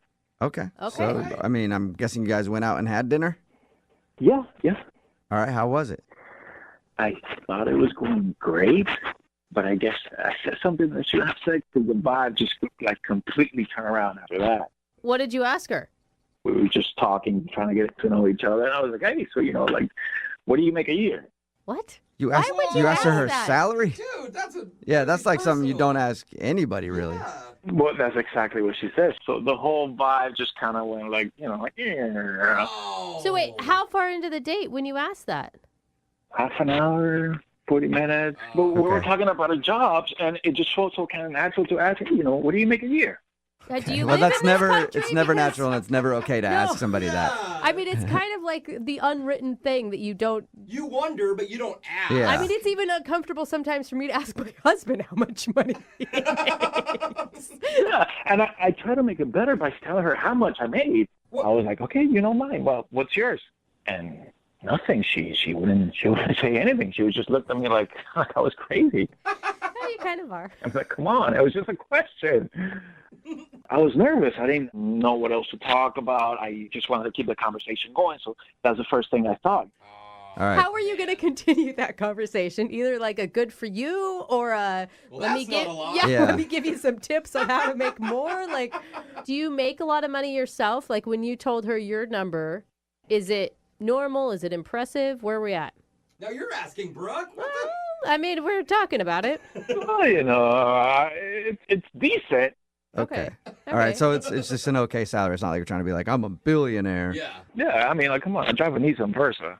Okay. All right. So I think that's okay then, like, because it could have come off as you being braggadocious, but like you weren't able to recover ever? I was trying, but I don't know. It just she wasn't really taking anything I was saying. So I don't know. I mean, I really think I messed it up. Well, how did you end things with her? Well, I paid for dinner. Then she gave me a kiss on the cheek. I was hoping for a little bit more, but based on my behavior, I guess I got what I deserve. Yeah, it's a pretty rude question, man. Having calling her, trying to text her, but nothing, no text, no call, no. Maybe she doesn't make enough and her cell phone bill got turned off. Her cell phone got turned off. You never know. Have you had a chance to apologize to her? No. But if you guys can help me out, I would definitely give her my best apology. Maybe I can get a second date. Okay. Well, we'll play a song and then come back and call her and get your second date update, all right?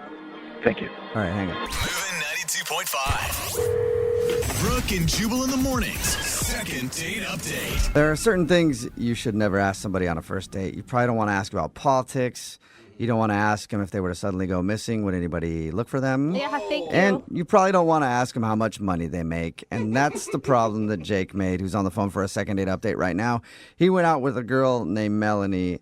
They met at a car wash, had dinner together, and he thinks that he screwed it all up because at a certain point, he asked her how much money she made. And from that point on, the date went downhill. She left. She did end up giving him a kiss on the cheek, but she hasn't talked to him since. All right, Jake, we're about to call her and find out if that is the reason. Are you ready? Let's do this. Oh, my God. That was a heavy breathing. It sounds like you're Are you more than doing ready. okay? Sounds like you actually finished. We haven't even got into the second date update yet. You don't even need it. Yeah. Are you good now, or are we going to still make the phone call? Yeah, no, come on. Okay. Okay. I mean, you sound nervous. That's how I took that. A little bit, yeah. Okay. All right. Okay. I think that you're going to be able to apologize to her and she's going to understand. You just stick to the "you made me so nervous" part, okay? Okay. Okay. Yeah, and finish up whatever you're doing before you start talking to her, my because that will gosh. creep her out, all right? But just put your phone on mute while we talk to her so you're not making weird noises in the background, okay? Okay. All right, here we go.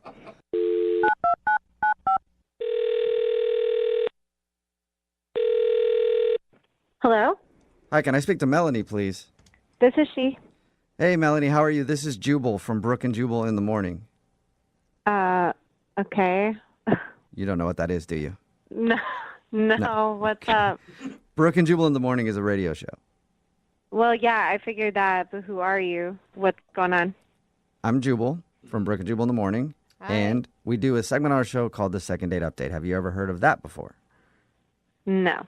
Okay, well, I'll explain. A second date update is where if you go out on a date with somebody and then end up not calling them back after, they can email us to get you on the phone and find out what happened. And we recently got an email about you from a dude named Jake. Okay. You know Jake? Oh, yeah. Yep. Okay. So Jake told us about your date. Mm-hmm. And he also told us that you're not answering his phone calls or text messages or anything and is wondering why you're blowing him off. Am I supposed to tell you why? Would love it if you would. So would Jake. He actually wants to know the answer. This is kind of weird, but that's fine. I'll tell you. Okay. This is easy. So he told you we met at this car wash place. Yeah, he told us all about that. He thinks the reason you're not calling him back is because he asked about how much money you made. Oh.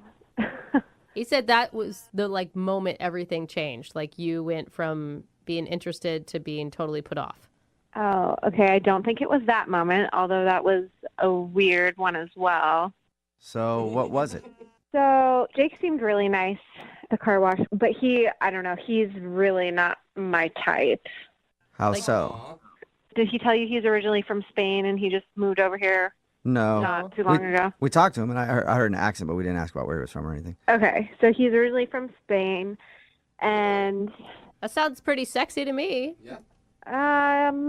Sure, yeah, except he went on and on, almost immediately from the beginning of our date. He went on and on complaining that, ever since he got here, that he's not been able to hook up with women, and he's so frustrated that American women are so uptight and they should be more... I'm not kidding you. He goes into this thing we need to be more free. We need to be more sexual. Is it weird that I'm he kind of has a point? I don't know. We are kind of a prudish country.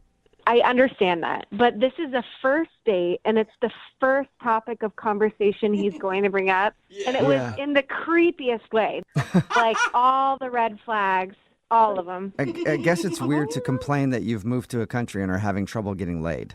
Yeah. When you're on a date. Well, I mean, it's not like you're hanging out with a buddy. You're like, man, I can't hook up with a girl. But you're like, hey, you want to go out for dinner? By the way, nobody will have sex with me here. That's weird. But it wasn't even like you just said that very casually. Okay, that's a very casual thing to say in a conversation and be mature about. But he was like smarmy gross about it. Was it the way he was talking? Was it his body language? Could you point to one specific thing that made him schmarmy? All of the above. All of it. He would go into this it was almost like a pitch. Like, back in my home in Spain, women would throw themselves at the floor to me. Like he was a king or something. It was so gross. I just can't even. You can't chalk it up to cultural differences. I'm sure part of it is that, but like I said, there's a way to have a conversation about that without making it creepy and weird. It was weird. I wish you could have been there. I really do.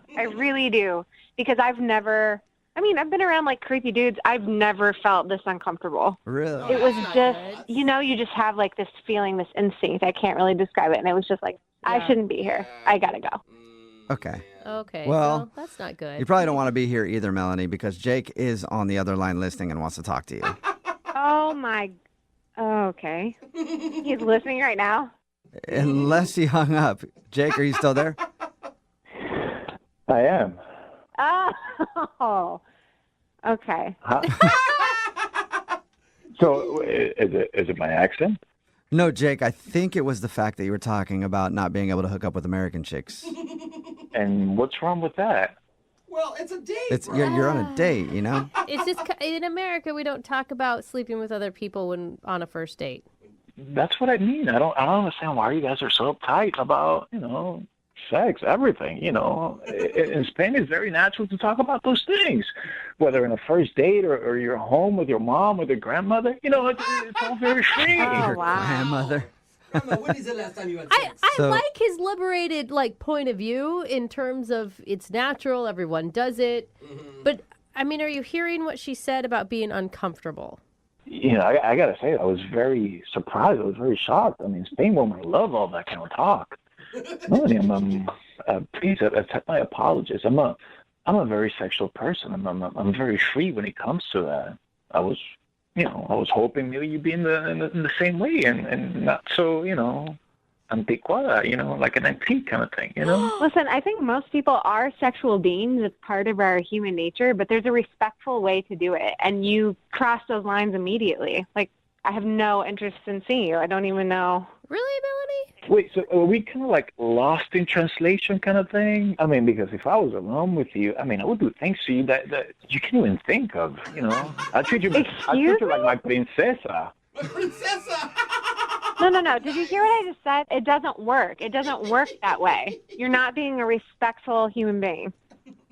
Melanie, I think you're being a little too uptight. Maybe that glass of tequila will help you calm down a little bit and come on a second date with me. Okay. If you were to give him some tips on how, if he got to redo it, what would you want him to do differently next time? Be a different person? Well, I don't know. It might be kind of tough to do. Man, you got to free yourself up. You're like in a cell. You're obstructing yourself from liberations and freedom of sex, whether it's with men or women or both at the same time or multiple. Whatever. Just get after it, huh? I was just trying to help. I'll be fine without you. Thanks. Are you sure, Melanie? Would you like to go out with Jake on a second date? We will pay for it. Absolutely not. Okay. I didn't see that coming at all. Melanie, fine. Look, I get it. I understand. You're not as sexually liberated as I am. You're not as sexually free as I am. But maybe you can guide me in the right direction? Or might you have some friends that are more sexually liberated than yourself? What?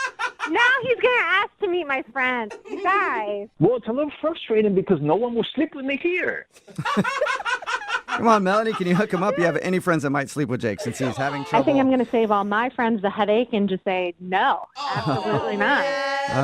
Well, all right. So, Melanie, thank you for your time, Jake. I'm sorry no second date, but, we do have a lot of American women who listen to this show. Is there any last-minute plea you'd like to put out to them? Yeah, to all the beautiful women out there, a mí me gusta complacer a mucho las mujeres. tú me entiendes. I love to please women, and I'm having a hard time. Yeah. I actually Well, with feel- that Spanish you just dropped right there, Jake, done. I'll sleep with you. Yeah. It's good. We're good. Okay, thank you, but if there's any women that are interested, We'll send them your way, Jake. Take care, man. Brooke and Jubal in the morning. I've learned from doing these second date updates over and over again is sometimes you shouldn't put too much effort into a first date. We hear stories about guys doing way too much and then not getting a call back. But it's also possible to not do enough. Yeah. There's a sweet spot when it comes to effort on a date. That is true. And Adam is on the phone today to do a second date update. He thinks that he got the latter. He thinks he didn't do enough for his first date. no. And now he's not getting a call back. What's up, Adam? Hey guys, how's it going? Good, good. So reading your email, it sounds like you don't know how to plan for anything at all. Well, I'm not always the biggest on following through on stuff, but it's good. By the way, if I could just say, I'm a huge fan of the show. I like it quite a bit. Appreciate it, man. I don't enjoy it that much. I agree I'm glad with that you, you do. Jubal. I'm with you. I'm a fan of Yeah. it. Oh, Jose likes it. Okay. Well, thank you for your email. The girl that you want to call today, what's her name? Stephanie. Stephanie. All right. Tell us a little bit about Stephanie then. Stephanie is just really cool. I met her. She's taller than me. I don't know if that has anything Oh, to do dude. with it. I mean, that's the one quality you bring up about Yeah. Stephanie when you have to describe her. That's awesome, though. Are you like me? I like dating tall girls. I'm a short guy, and I love girls taller than me. Do you like taller girls? Yeah, man. I'm a good climber. Awesome. So am I. Not. All right. So you met Stephanie, this tall girl, where? I met her at a bar. I had gone out with some folks, Yeah. and basically she was introduced to me by a mutual friend, Okay. Uh-huh. and we talked, and it was really cool. I think we really kind of hit it off in the bar, mainly because it was just a terrible bar. Like, we were kind of laughing at how crappy the bar was.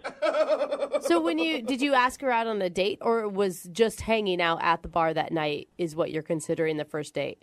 No, that wasn't the date. I eventually asked her out, but it kind of like snuck up on me because we were talking, having a good time, and it was like time to go. And so I did the last second, hey, can I get your number? We exchanged numbers, and then, we texted after that. Most of our conversations were kind of text. And then eventually that's when I asked her if she kind of wanted to come over to my place and maybe watch TV. What? That's Are you the date. kidding me? Hey, big first date plans. Want to come watch TV? No, you don't do that with a girl. Like, if you're really excited about somebody, you sound like you were into this chick. I was. I wanted to, so I love this TV show on AMC called Turn. Have you guys seen that? No. Okay, it's kind of geeky. It's like a Revolutionary War show. It's Oh, about the man. Ooh. Are you telling me that this girl that you met that you thought was awesome, you invited her over to watch a little bit of A Revolutionary War documentary? Wow. I mean, if I'm into it and then she's into it, that seems like it would be a good fit. I guess, yeah. Don't I you think your problem is, how old was she? How old is she? Yeah. I think she's like probably in her like mid to late 20s. Yeah, you need to be like 60-year-olds. Sounds like for your interests. I've definitely seen some candidates, but I'm not there yet. So what was her response when she figured out that you didn't have anything else planned that night, is what it sounds like to me? Like, no dinner, no nothing. Well, first of all, that's not entirely true. I made a bunch of snacks because I like to not get up. How do you even make snacks? What, you cut cheese and put some crackers on a plate? Oh, well, no, it's just stuff in a jar. I mean, I opened a few dips, and I get scoops because it was a date, so I got some like Nice. Fancy. You Yeah. know a guy likes you when he pulls out the scoops. Yeah, I So- want as much dip as you can, girl. How did the evening go then once she got to your place and you guys watched TV with all your snack foods? Well, I'll be completely honest. I don't think she was stoked when she walked in and she realized that we weren't going out from there. But she settled in. She ended up liking the TV show. I think she was asking me questions about it because we're like in the second season now, and so the show itself is kind of evolved. The characters, there was basically these three main characters that the show started out with, and then Are we after talking those about your three date now, or are we just breaking down the show? Oh, sorry. We just got so into the show, like so quick, and we just binge watching like all these episodes, and then next thing you know, it's like 1 a.m. and she's like, "I gotta go because I got work," and I was like, "Oh my gosh, I can't believe we just watched so much of this," and it was great, obviously. So, Hey, at least she was into the show, right? Yeah, right. She liked it. yeah, And I felt like we were kind of cuddled up on the couch, and she was asking questions and enjoying it. But then, she had to go pretty quick. And that was actually the part that I'm concerned about because it felt weird. I didn't want to, go in for a kiss right there at the door because it was like she was off the couch and she had to get home so she could get some rest for work. And now here we are. I don't know. I don't know where to go from here. You're telling me hours of television watching and you didn't even kiss her once? Well, I mean, there was a lot of stuff happening in the story that had not been happening previously. Yeah, I feel you on that, man. I'm the same way with Downton Abbey. Don't try to touch my fun stuff when I'm watching Downton Abbey. Hands off. How long has it been since you heard from her then? It's been a week now, and I haven't heard back from her. I mean, I texted some more, and I mean, look, there's new episodes that have come online, so I was thinking. You just invite her back to watch more TV? Is that your plan? Well, she liked it. I mean, I guess that's kind of why we're here, because maybe she's not calling me back because it was a boring date, and I feel kind of like maybe I made a wrong choice with. Yeah. Well, we'll play a song, come back, call her, and get your second date update, okay? Okay. All right, man, hold on. Moving 92.5. Brooke and Jubal in the mornings. Second date update. If you're just joining us for today's second date update, Adam is on the phone, and his first date was action-packed. With muskets and cannons. Exciting. And over 600,000 people died on his first date. How did that happen? Well, he decided to invite a girl named Stephanie to his house and watch a Civil War documentary. I believe it was Revolutionary War, Revolutionary so I War. need you to get that straight. Sorry. I'm sure he'll be upset about Adam, it. is it revolutionary or civil?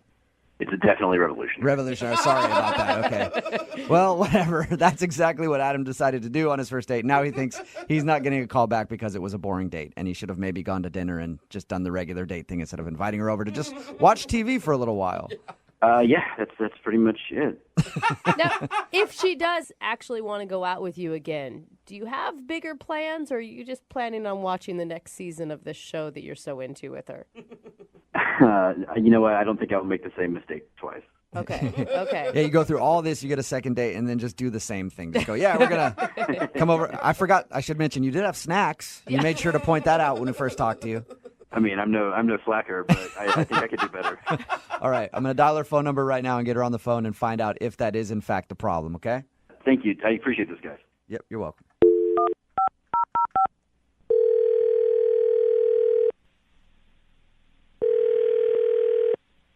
Hello? Hi, is this Stephanie? This is she. Hey, Stephanie, how are you? This is Jubal. I host a morning show called Brooke and Jubal in the morning. Okay. Nice to meet you. I'm sorry. Why are you calling? I'm calling because I was wondering if I could talk to you about something real quick. One of our listeners sent an email about you and asked if we could get you on the phone. Okay, that sounds really weird. I'm actually at work, so is this important or? I think it's important. If you have just a few minutes, I would appreciate it. Okay, let me just close my door for just a sec. Thanks. Okay. So what is it? Why are you calling again? Well, we recently got an email to the show about someone who you have gone on a date with. His name is Adam. And Adam has been trying to get a hold of you because he'd like to go on another date, but you haven't returned any of his phone calls. So he asked us if we could get you on the phone and find out if you didn't like your first date with him. Well, I wouldn't really call it a date. Yeah. Watching TV isn't a date to you? How do you even know about that? Because we talked to Adam. Before we make these kind of phone calls, we always talk to the person, and we asked him about your date, and he told us how he just sort of invited you over to watch some TV. Well, if you talk to him, you should know what happened. Was it just not enough? Definitely can't think it was a good date. He did tell us that he thinks he screwed up by planning a date to do nothing but watch TV, but he also said that he likes you a lot. If that matters. Well, he didn't even talk to me. Oh, you mean he was watching his show the whole time? He did seem like he was super into that show. Yeah, I mean, it was all very confusing because he texted me, do you want to Netflix and chill? And have been dating long enough to know what that means. And we'd hit it off, and he was really cute, so I was down and went over there. But maybe he doesn't know what it means. Maybe he thinks it means watching Netflix. So you were prepared to Netflix and chill in the traditional meaning of it. Yeah. And he actually just wanted to Netflix. Yes. The whole thing was super, super weird. Was it weird, or was it just that he's like a little naive and that's almost kind of cute, right? It would have been cute, but it went on for like 6 hours. You were there for 6 hours? Yes, we watched like 6 hours of this, and we kept watching. I kept thinking, is he going to make the move? Is he going to make the move? There were even parts where characters were kissing, and I thought, oh, this is it. We were like definitely Netflixing, but there was no chill part.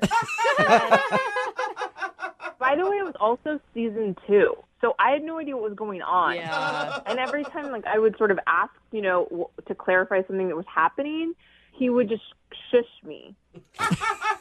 So you were there prepared to not watch TV at all if it came down to it, and he was so into the show and shushing you when you try to talk to him that it was a turnoff. Yeah, I tried really hard too. And the whole thing was such a...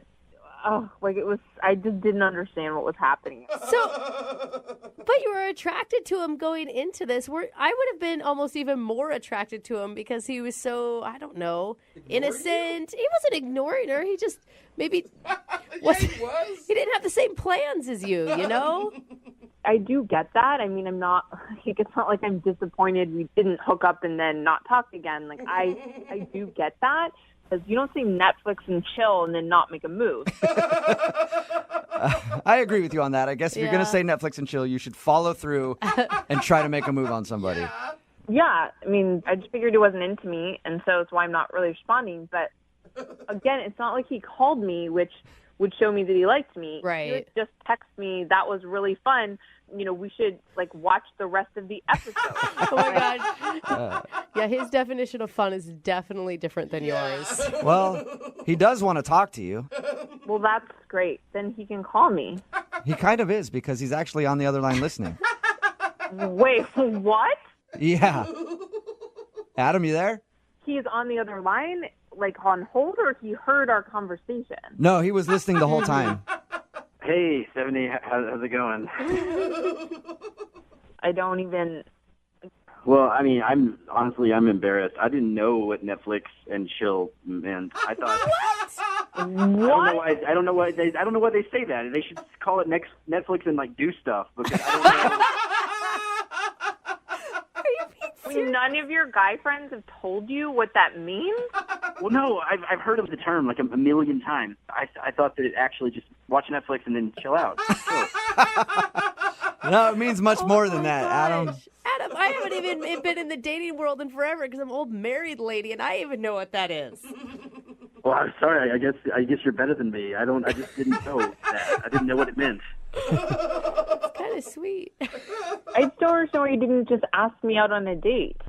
I'm so sorry. This is the type of thing I wanted to ask you on a date, and honestly, I thought if I invited you to take part in something that I really knew a lot about and liked, that it would show you more. That I just have interest. I don't know. For some reason I just gotten that in front of myself, and I should have asked you to dinner. I don't care about dinner. I just want to come over and hook up with you. That's what Netflix and chill is. Oh my God! She's direct. He missed. Yeah, you missed out on a big opportunity, Adam. No, I know. And next time, if you would want to go out with me again, if you want to Netflix and chill, I promise, no minutes. Well, Stephanie, would you like to Netflix and chill with Adam? Oh God! This is the real way you're supposed to do it? No. Normally, I always pay for people to go on a second date update. I guess I'll pay for his Netflix subscription for the month. There you go. Man, that would be awesome. Stephanie, would you like to go out with Adam again? Well, Adam, you missed your chance for Netflix and chill, so if you do want to go out again, you can take me to dinner, and, we can see how it goes. It will probably be about, 4 months until we can Netflix and chill. So now you have to work for it, Adam. I'm totally okay with that, and I would love to buy you dinner. And if for some reason you could ever find it within your heart to want to Netflix and chill again. Okay, well, how about just call me and we can go out again and try. Well, hey, successful second date update. Congratulations, Adam. You got your second date. Thank you guys so much. Yeah, and a little thing called Urban Dictionary. Before you use any phrases with people, figure out what they are. Brooke and Jubal in the morning. It's Brooke and Jubal in the morning. I didn't know how many people didn't know what Netflix and chill meant. Yeah. We're talking about today's second date update. This guy, Adam, wanted to call a girl named Stephanie who wasn't calling him back. We found out that she wasn't calling him back because he invited her to come watch some Netflix. He said Netflix and chill, but he didn't know that Netflix and chill actually means Netflix and let's kind of mess around a little bit. So they actually just watched Netflix, and she thought maybe he wasn't interested. And we all thought he was ridiculous. Like, how could you not know what that is? But we're getting a lot of text messages in at 78592 saying they had no idea what Netflix and chill meant. Really? A text that said, I found out what Netflix and chill meant for my 14-year-old daughter when I unknowingly asked her if she wanted to Netflix and chill with me. Oh, no. Mom, that's embarrassing. No, Yeah. it's gotten to the point where I've literally asked her, I was like, hey, you want to Netflix and chill sometime? And they're like, why don't we start, like, coffee first? Can we just, go Yeah, on an they actual know date? what it means. But a lot of people are texting in at 78592 like, I just went to Urban Dictionary and learned a new phrase. Yeah. Well, I thought everybody knew what that meant. I guess I was wrong. I guess I got to stop asking my mom to Netflix and chill. Oh, God. I think mean she it. already understood what that meant, though. She does, and she Yeah. knows that I mean it in the real way. Oh, God. Remember, if you want a second date update, just email the show, and we'll call the person who didn't call you back. Brooke and Jubal's second date update. One of the first things you think about when you take a woman out on a date is, I wonder how many miles she's got put on her tires. What? Who Yep. thinks about that? Like, literally? Every guy thinks that. And Daryl, who's on the phone for a second date update today, knew exactly how many miles she had on her tires. I don't understand. Oh. Is that an age thing? Like, what does that mean? Sex thing? Tell you about that in just a second, but first, let's meet Daryl. What's up, Daryl? How are you? Hey, I'm doing real well. How about you guys? Not too bad. I don't know. I think I may have bald tires, but I don't really know what we're talking about. Whoa, bro. Yeah, I'm sure your tires are fine. I don't know. I mean, I'd trust her if she says that her tires have been, put through the mud a few times. I mean, who knows? What is a tire analogy? It's driving me crazy. Before we get to the tire thing, Daryl, tell us about the girl you want to call today. What's her name? Her name's Destiny. Destiny. All right. And where did you meet Destiny? We met online. We were going back and forth, and I'm kind of a car guy, so I was talking to her about mine. And then she says, oh, I've actually needed to get my tires rotated for a while. And I'm thinking, okay, this might be a real good time to make this date happen. Huh? So, I had a coupon to a shop I know a guy that works at, get our tires rotated. I said, hey, we both can go, but I didn't tell her. I made it a surprise. Wait, hold up. What was the surprise? The tire rotation or the coupon? The tire rotation. Nice. Surprised her with tire rotation for her first date. Yeah, I mean, because everybody likes chocolate and flowers, cool, but so I thought this might be a good date idea. It's not something basic. It's like, here's something you need. I can take care of you. And as much free popcorn in the lobby as you'd like. Was she super excited about getting her tires rotated on your date? I thought it was going to be a cool surprise, nothing too big, but when I told her, she flipped out like she won the lottery. Okay, so it was a good idea then. Yeah, that's what I was thinking. I rolled the dice and hit the nail on the head, I guess. Okay, so was your date just sitting at the shop waiting for her tires to be done? No. We both dropped our cars off at the same time, so that gave us about an hour, go somewhere nearby and grab something to eat. When you were first telling me about this, I was like, that's pretty lame. But the more I thought about it, the more genius I feel like it is. Well, how was the actual date, like when you guys were getting food together before the tires were done? Was that good? Yeah, we were eating, and it was going really well. It was super nice to actually meet this girl in person. That's good. Okay. And, she kept thanking me for the tire rotation. Of course, I was going to take care of it. She didn't need to know it was with a coupon. Hey, any way you get your tire rotation paid for is a good way. That's what I was thinking. Yeah, it's a good way to just let her know you date Daryl. I will keep you in tread all the time. Your tread will never be worn down. I got you. But how was the conversation and stuff? I mean, other than all that, you feel like you connected with her? Mostly we just talked about movies, and we talked about the kind of music we like. Okay. We also talked about, our families. She's got a big family, and I do too, so that's something we were able to relate. Oh, that's good. Was there any, weird moments? You know what? Yeah, there was one, but it wasn't. I'm not going to judge her for it. It's not fair. What could you possibly judge her for? Well, so we got back to the place. We were a little bit early, so we were standing around. We're waiting for them to finish up, and she picks a cigarette up off the ground. and start smoking it. Shut up. gross. No, that is something you can judge a person for. What? That didn't bother you? Well, it was weird to me, but I mean, I don't smoke, so I don't know what that addiction can be like. Hold up. Was it a pre-smoked cigarette that had been put out, or was it just maybe somebody's random new cigarette fell out of the pack?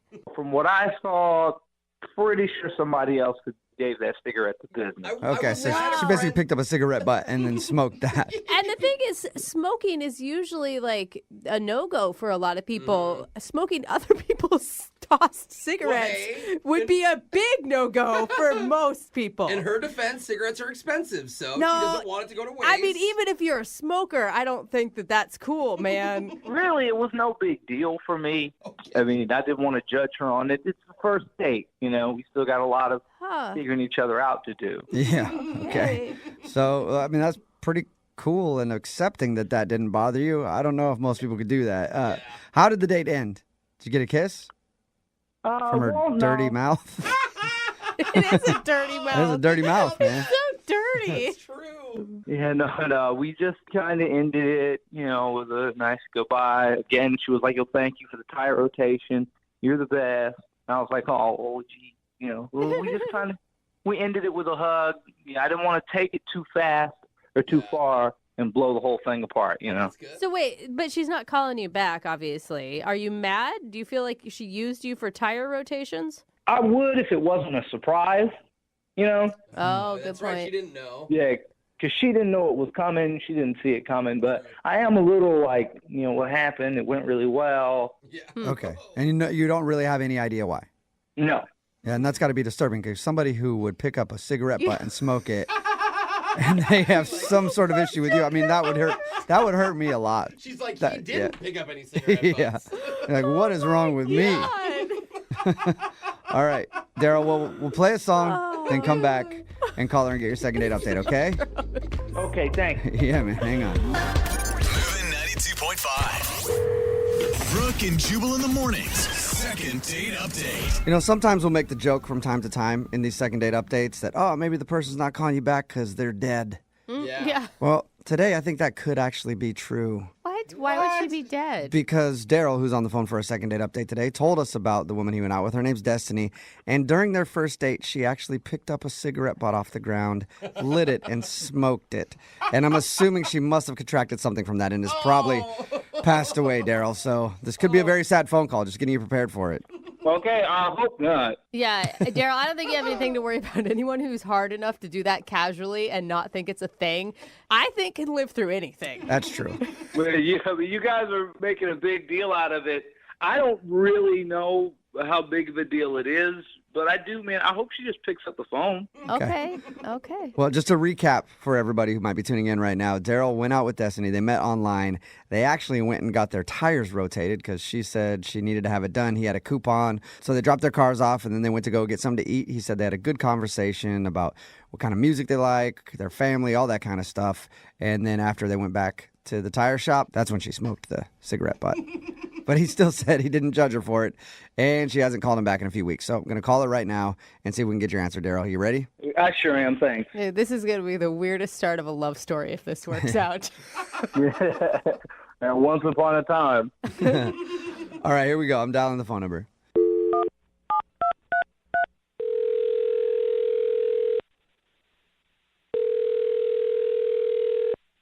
Hello.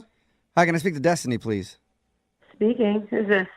Destiny, what's up? This is Jubal from Brooke and Jubal in the morning. Jubal from Brooklyn. No, not from Brooklyn. I wish I was from Brooklyn, though. I That'd be like the cool. place, but I'm not from Brooklyn. Yeah. From Brooke and Jubal in the morning. It's a radio show. A radio show? Yes. I'm confused. Why are you calling me? Well, I'm calling you because one of our listeners actually emailed us about you. About me? Yeah. What email about me? What about me? Well, we do a segment on our show. It's called the Second Date Update. That's where if you go out on a date with somebody and then end up not calling them back after, they can actually email us, and then we'll call that person and see if we can figure out what went wrong. And we got an email about you from a dude named Daryl. Daryl? Yeah. Oh, God. Daryl emailed you about me.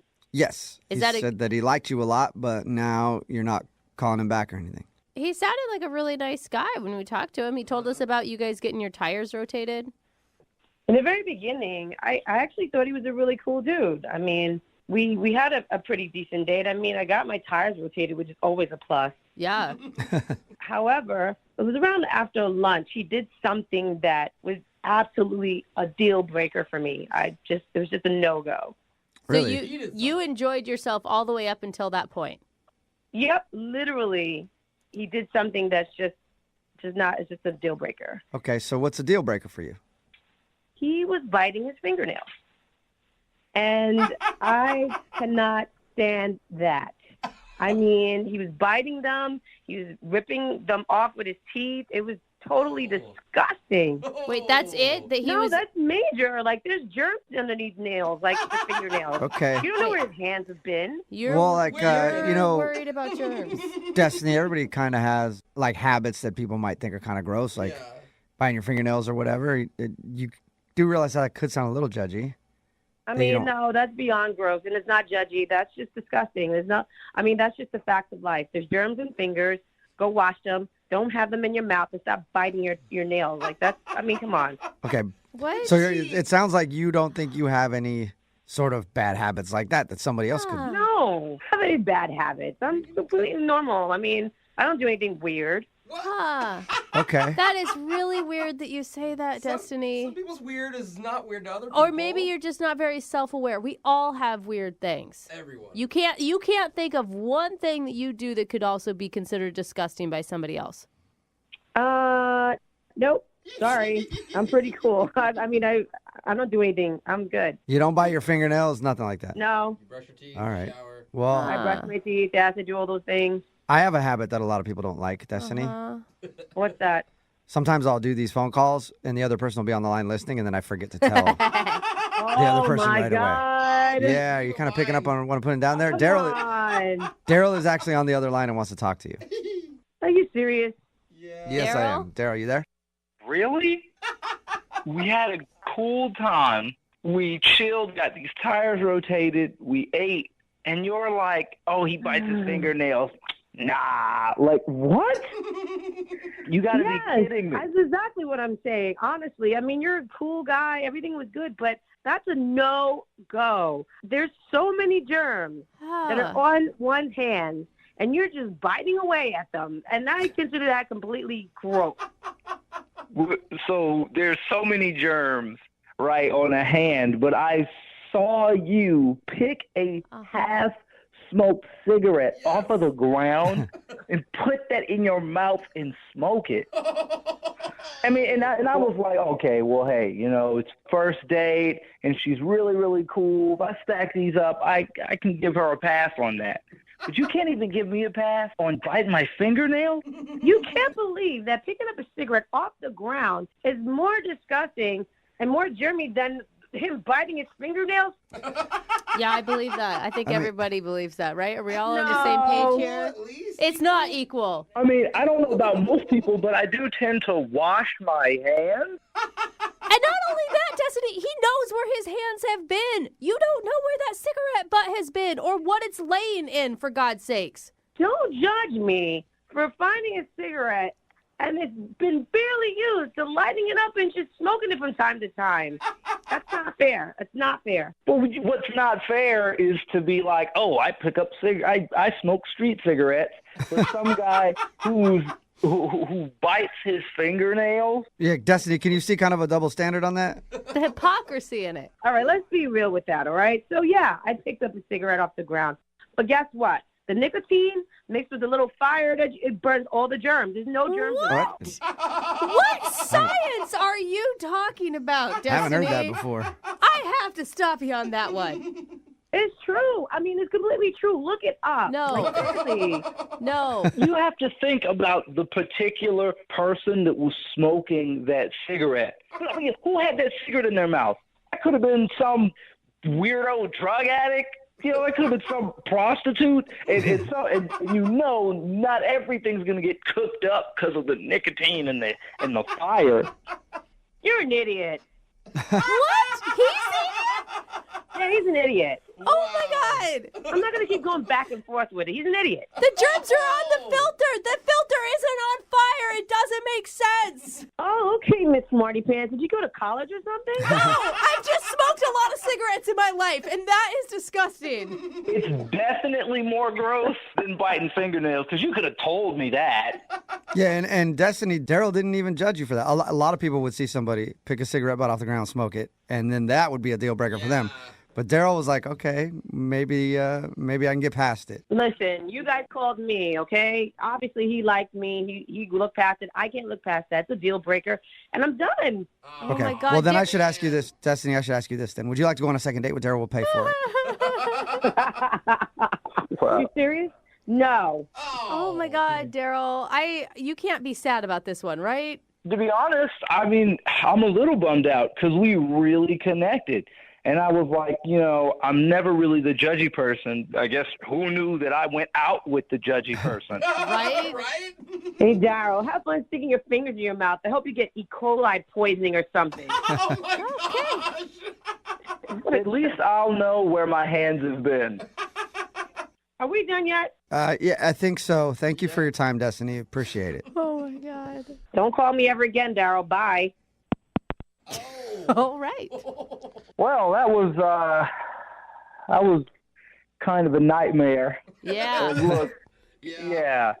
That was, wow, that's not at all how I thought that was going to go. I don't think any of us thought it was going to go that way.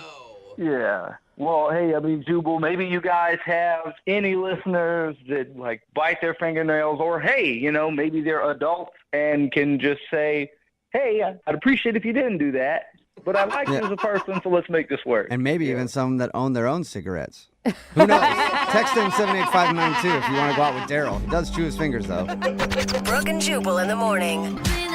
Text in at 78592 that says, I'll go out with Daryl. I don't bite my nails, and I don't smoke herpes cigarettes. It's Brooke and Jubal in the morning talking about today's second date update. If you missed it, this dude Daryl wanted to call a girl named Destiny. They actually went out and got their tires rotated because they met online. They were talking about how she needed her tires rotated. He had a coupon. They did that, and then they hung out for about an hour while that happened. And then before they left, she actually picked a cigarette up off the ground, a cigarette butt, and smoked it. But that wasn't really an issue for him. He was like, it's kind of weird, but cool. He was cool about it. Yeah. We got her on the phone, though, and she didn't want to go out with him again because he bites his nails. It is so crazy. And he was so forgiving. And she also said that you can't get any sort of disease or anything else from smoking a cigarette butt that you found because the nicotine and the flame from the fire to light the cigarette kills any bacteria. That's on the outside of the filter. That doesn't make any sense whatsoever. I will say I heard that a lot at a younger age when people would smoke, but I think it's a myth. I don't think that's Of course really it is. true. I have a friend. We have a good friend who was homeless, and he would pick up used cigarette butts. And you know what he would do? He would take the tobacco out of them and then re-roll a new cigarette with new paper. Oh, wow. That's not even a thing for him, and dude. And he doesn't have a house to live in. If it burned all the germs, maybe that cancer thing wouldn't happen. Maybe not. Yeah, I don't know. Yeah. I've only had one experience with somebody who picked up cigarette butts and then lit them and smoked them, and that was the girl I lost my virginity to. Hey, what's up, Michelle? Wow. Hey, shout out to you. Shout what out. if she was the one that was on the phone with us? Maybe. We didn't even know. It's Who kismet. knows? Remember, if you want to do a second date update, all you have to do is email the show, and we will call the person who didn't call you back. Still amazed at how many emails we're getting for the second date updates of people wanting to know why someone hasn't gotten back to them after they've gone out on a date with them. It's kind of like people are gluttons for punishment. It really is. The truth sets you free, my friends. You can learn a lot from this. I'd prefer to think ignorance is bliss, but not everybody feels that way. Marie, how are you? I'm great, thanks. How are you? Pretty good. Now, Marie emailed us because she went out on a date and hasn't heard back from, what's his name? His name is John. What did you guys do on your date? Actually, it wasn't a date. Okay. We met at a party.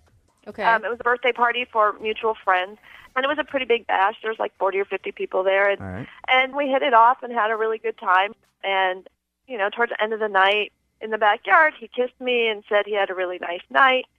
And I thought that he did. It seemed like it. And I had said to him, I'd like to see you again. I really liked you. And Right. he smiled and said, me too. That sounds perfect. It does sound actually like a movie. All right. But that was 2 weeks ago, and I haven't heard anything since. So. And Marie, do you ever have this problem before? Or do guys always get back to Marie? Not always, but I mean, I thought we both had a really nice time, so Right. Okay. I would have expected to hear something. So. Okay, so you never even really had a first date. You just want to know why the guy hasn't called you. Yeah, pretty much. Okay. Well, we're going to call him right after this and ask him the question, okay? Okay. All right, we're going to call John and get your second date update next. Let's go. Moving 92.5. Brooke and Jubal in the mornings. Second date update. If you want a second date update, remember you can always email Brooke and Jubal at moving925.com. Today we've got Marie on the phone. Marie met a guy at a birthday party. They kind of like hung out. They kissed. He got her number at the end of the night. She hasn't heard from him since. She just wants to know why he hasn't called. What's the worst possible scenario in your head right now? He's married. Okay, yeah. But then it's like nothing against you, right, if he's married. But, exactly. It's just that he's a total a-hole. Right.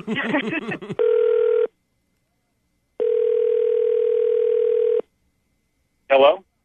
Hi, can I speak to John, please? Yeah, this is him. John, what's up, man? This is Jubal from Brooke and Jubal in the morning. I'm moving 92.5. How are you? Good. Okay. What are you calling me for? So you met a girl named Marie at a birthday party a little while ago. You guys made out at the end of the night, and then you haven't called her. She just wants to know why.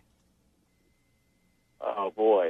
I mean, I don't know if I should, air this out right now, you know? If you're concerned about airing it out, she's the one that emailed us, a radio station, to call you. So I wouldn't be too concerned with that. I mean, I don't know. Some things I feel like if you're too honest about, it comes across poorly. Like I said, she's the one that emailed us. If it comes off me and she wanted to know, you might as well, Okay, well, I noticed that her upper lip was quite hairy. Yeah, it was kind of like making out with Magnum PI. Oh my God! Okay, so it was like kissing Burt Reynolds' chest. so you're saying that Marie has a mustache. A little bit of a lip tickler there. Yeah. Okay. How did you not notice that when you were talking to her for hours before you made out with her? I don't know. I couldn't figure that out. I was like, maybe they were blonde. I'm not really sure. In John's defense, that's happened to me too before. I haven't noticed until I started kissing a girl, and I was like, whoa. Kind of a turnoff. Yeah. It was a little bit of a turnoff. It is. So how long did you make out with her before you noticed this? And well, I don't know. We kissed for a little bit, and then I was like, let's go back inside. We were at a house party, so I was like, well, let's go back inside. Oh, okay. I just don't know how you say that to somebody. John, I'll tell you how you say it to him. Marie's actually on the phone with us right now. Marie? Oh, my God. Yeah. I'm assuming you heard what John said. Yeah. Marie? Uh-huh. Do you know that you have that problem? Well, I didn't know that it was quite such a problem. I waxed. Apparently needed to do it. You sweet thing. So it had been a while since you waxed your upper lip, which, by the way, women wax their upper lips. I know that. Yeah, apparently it had been longer than I thought. Yeah. Are you upset that this happened? Embarrassed? What are you feeling right now? I mean, yeah. I'm embarrassed. I'm upset that that's a reason for someone not to call me back because I can obviously wax my lip because I do. But so yeah, it's embarrassing. It's say that to somebody right off the bat. You know what I mean? It's awkward. I don't know what to say or John. I don't know. No. Yeah, I think John's saying he didn't know how to say it right then and there, right, John?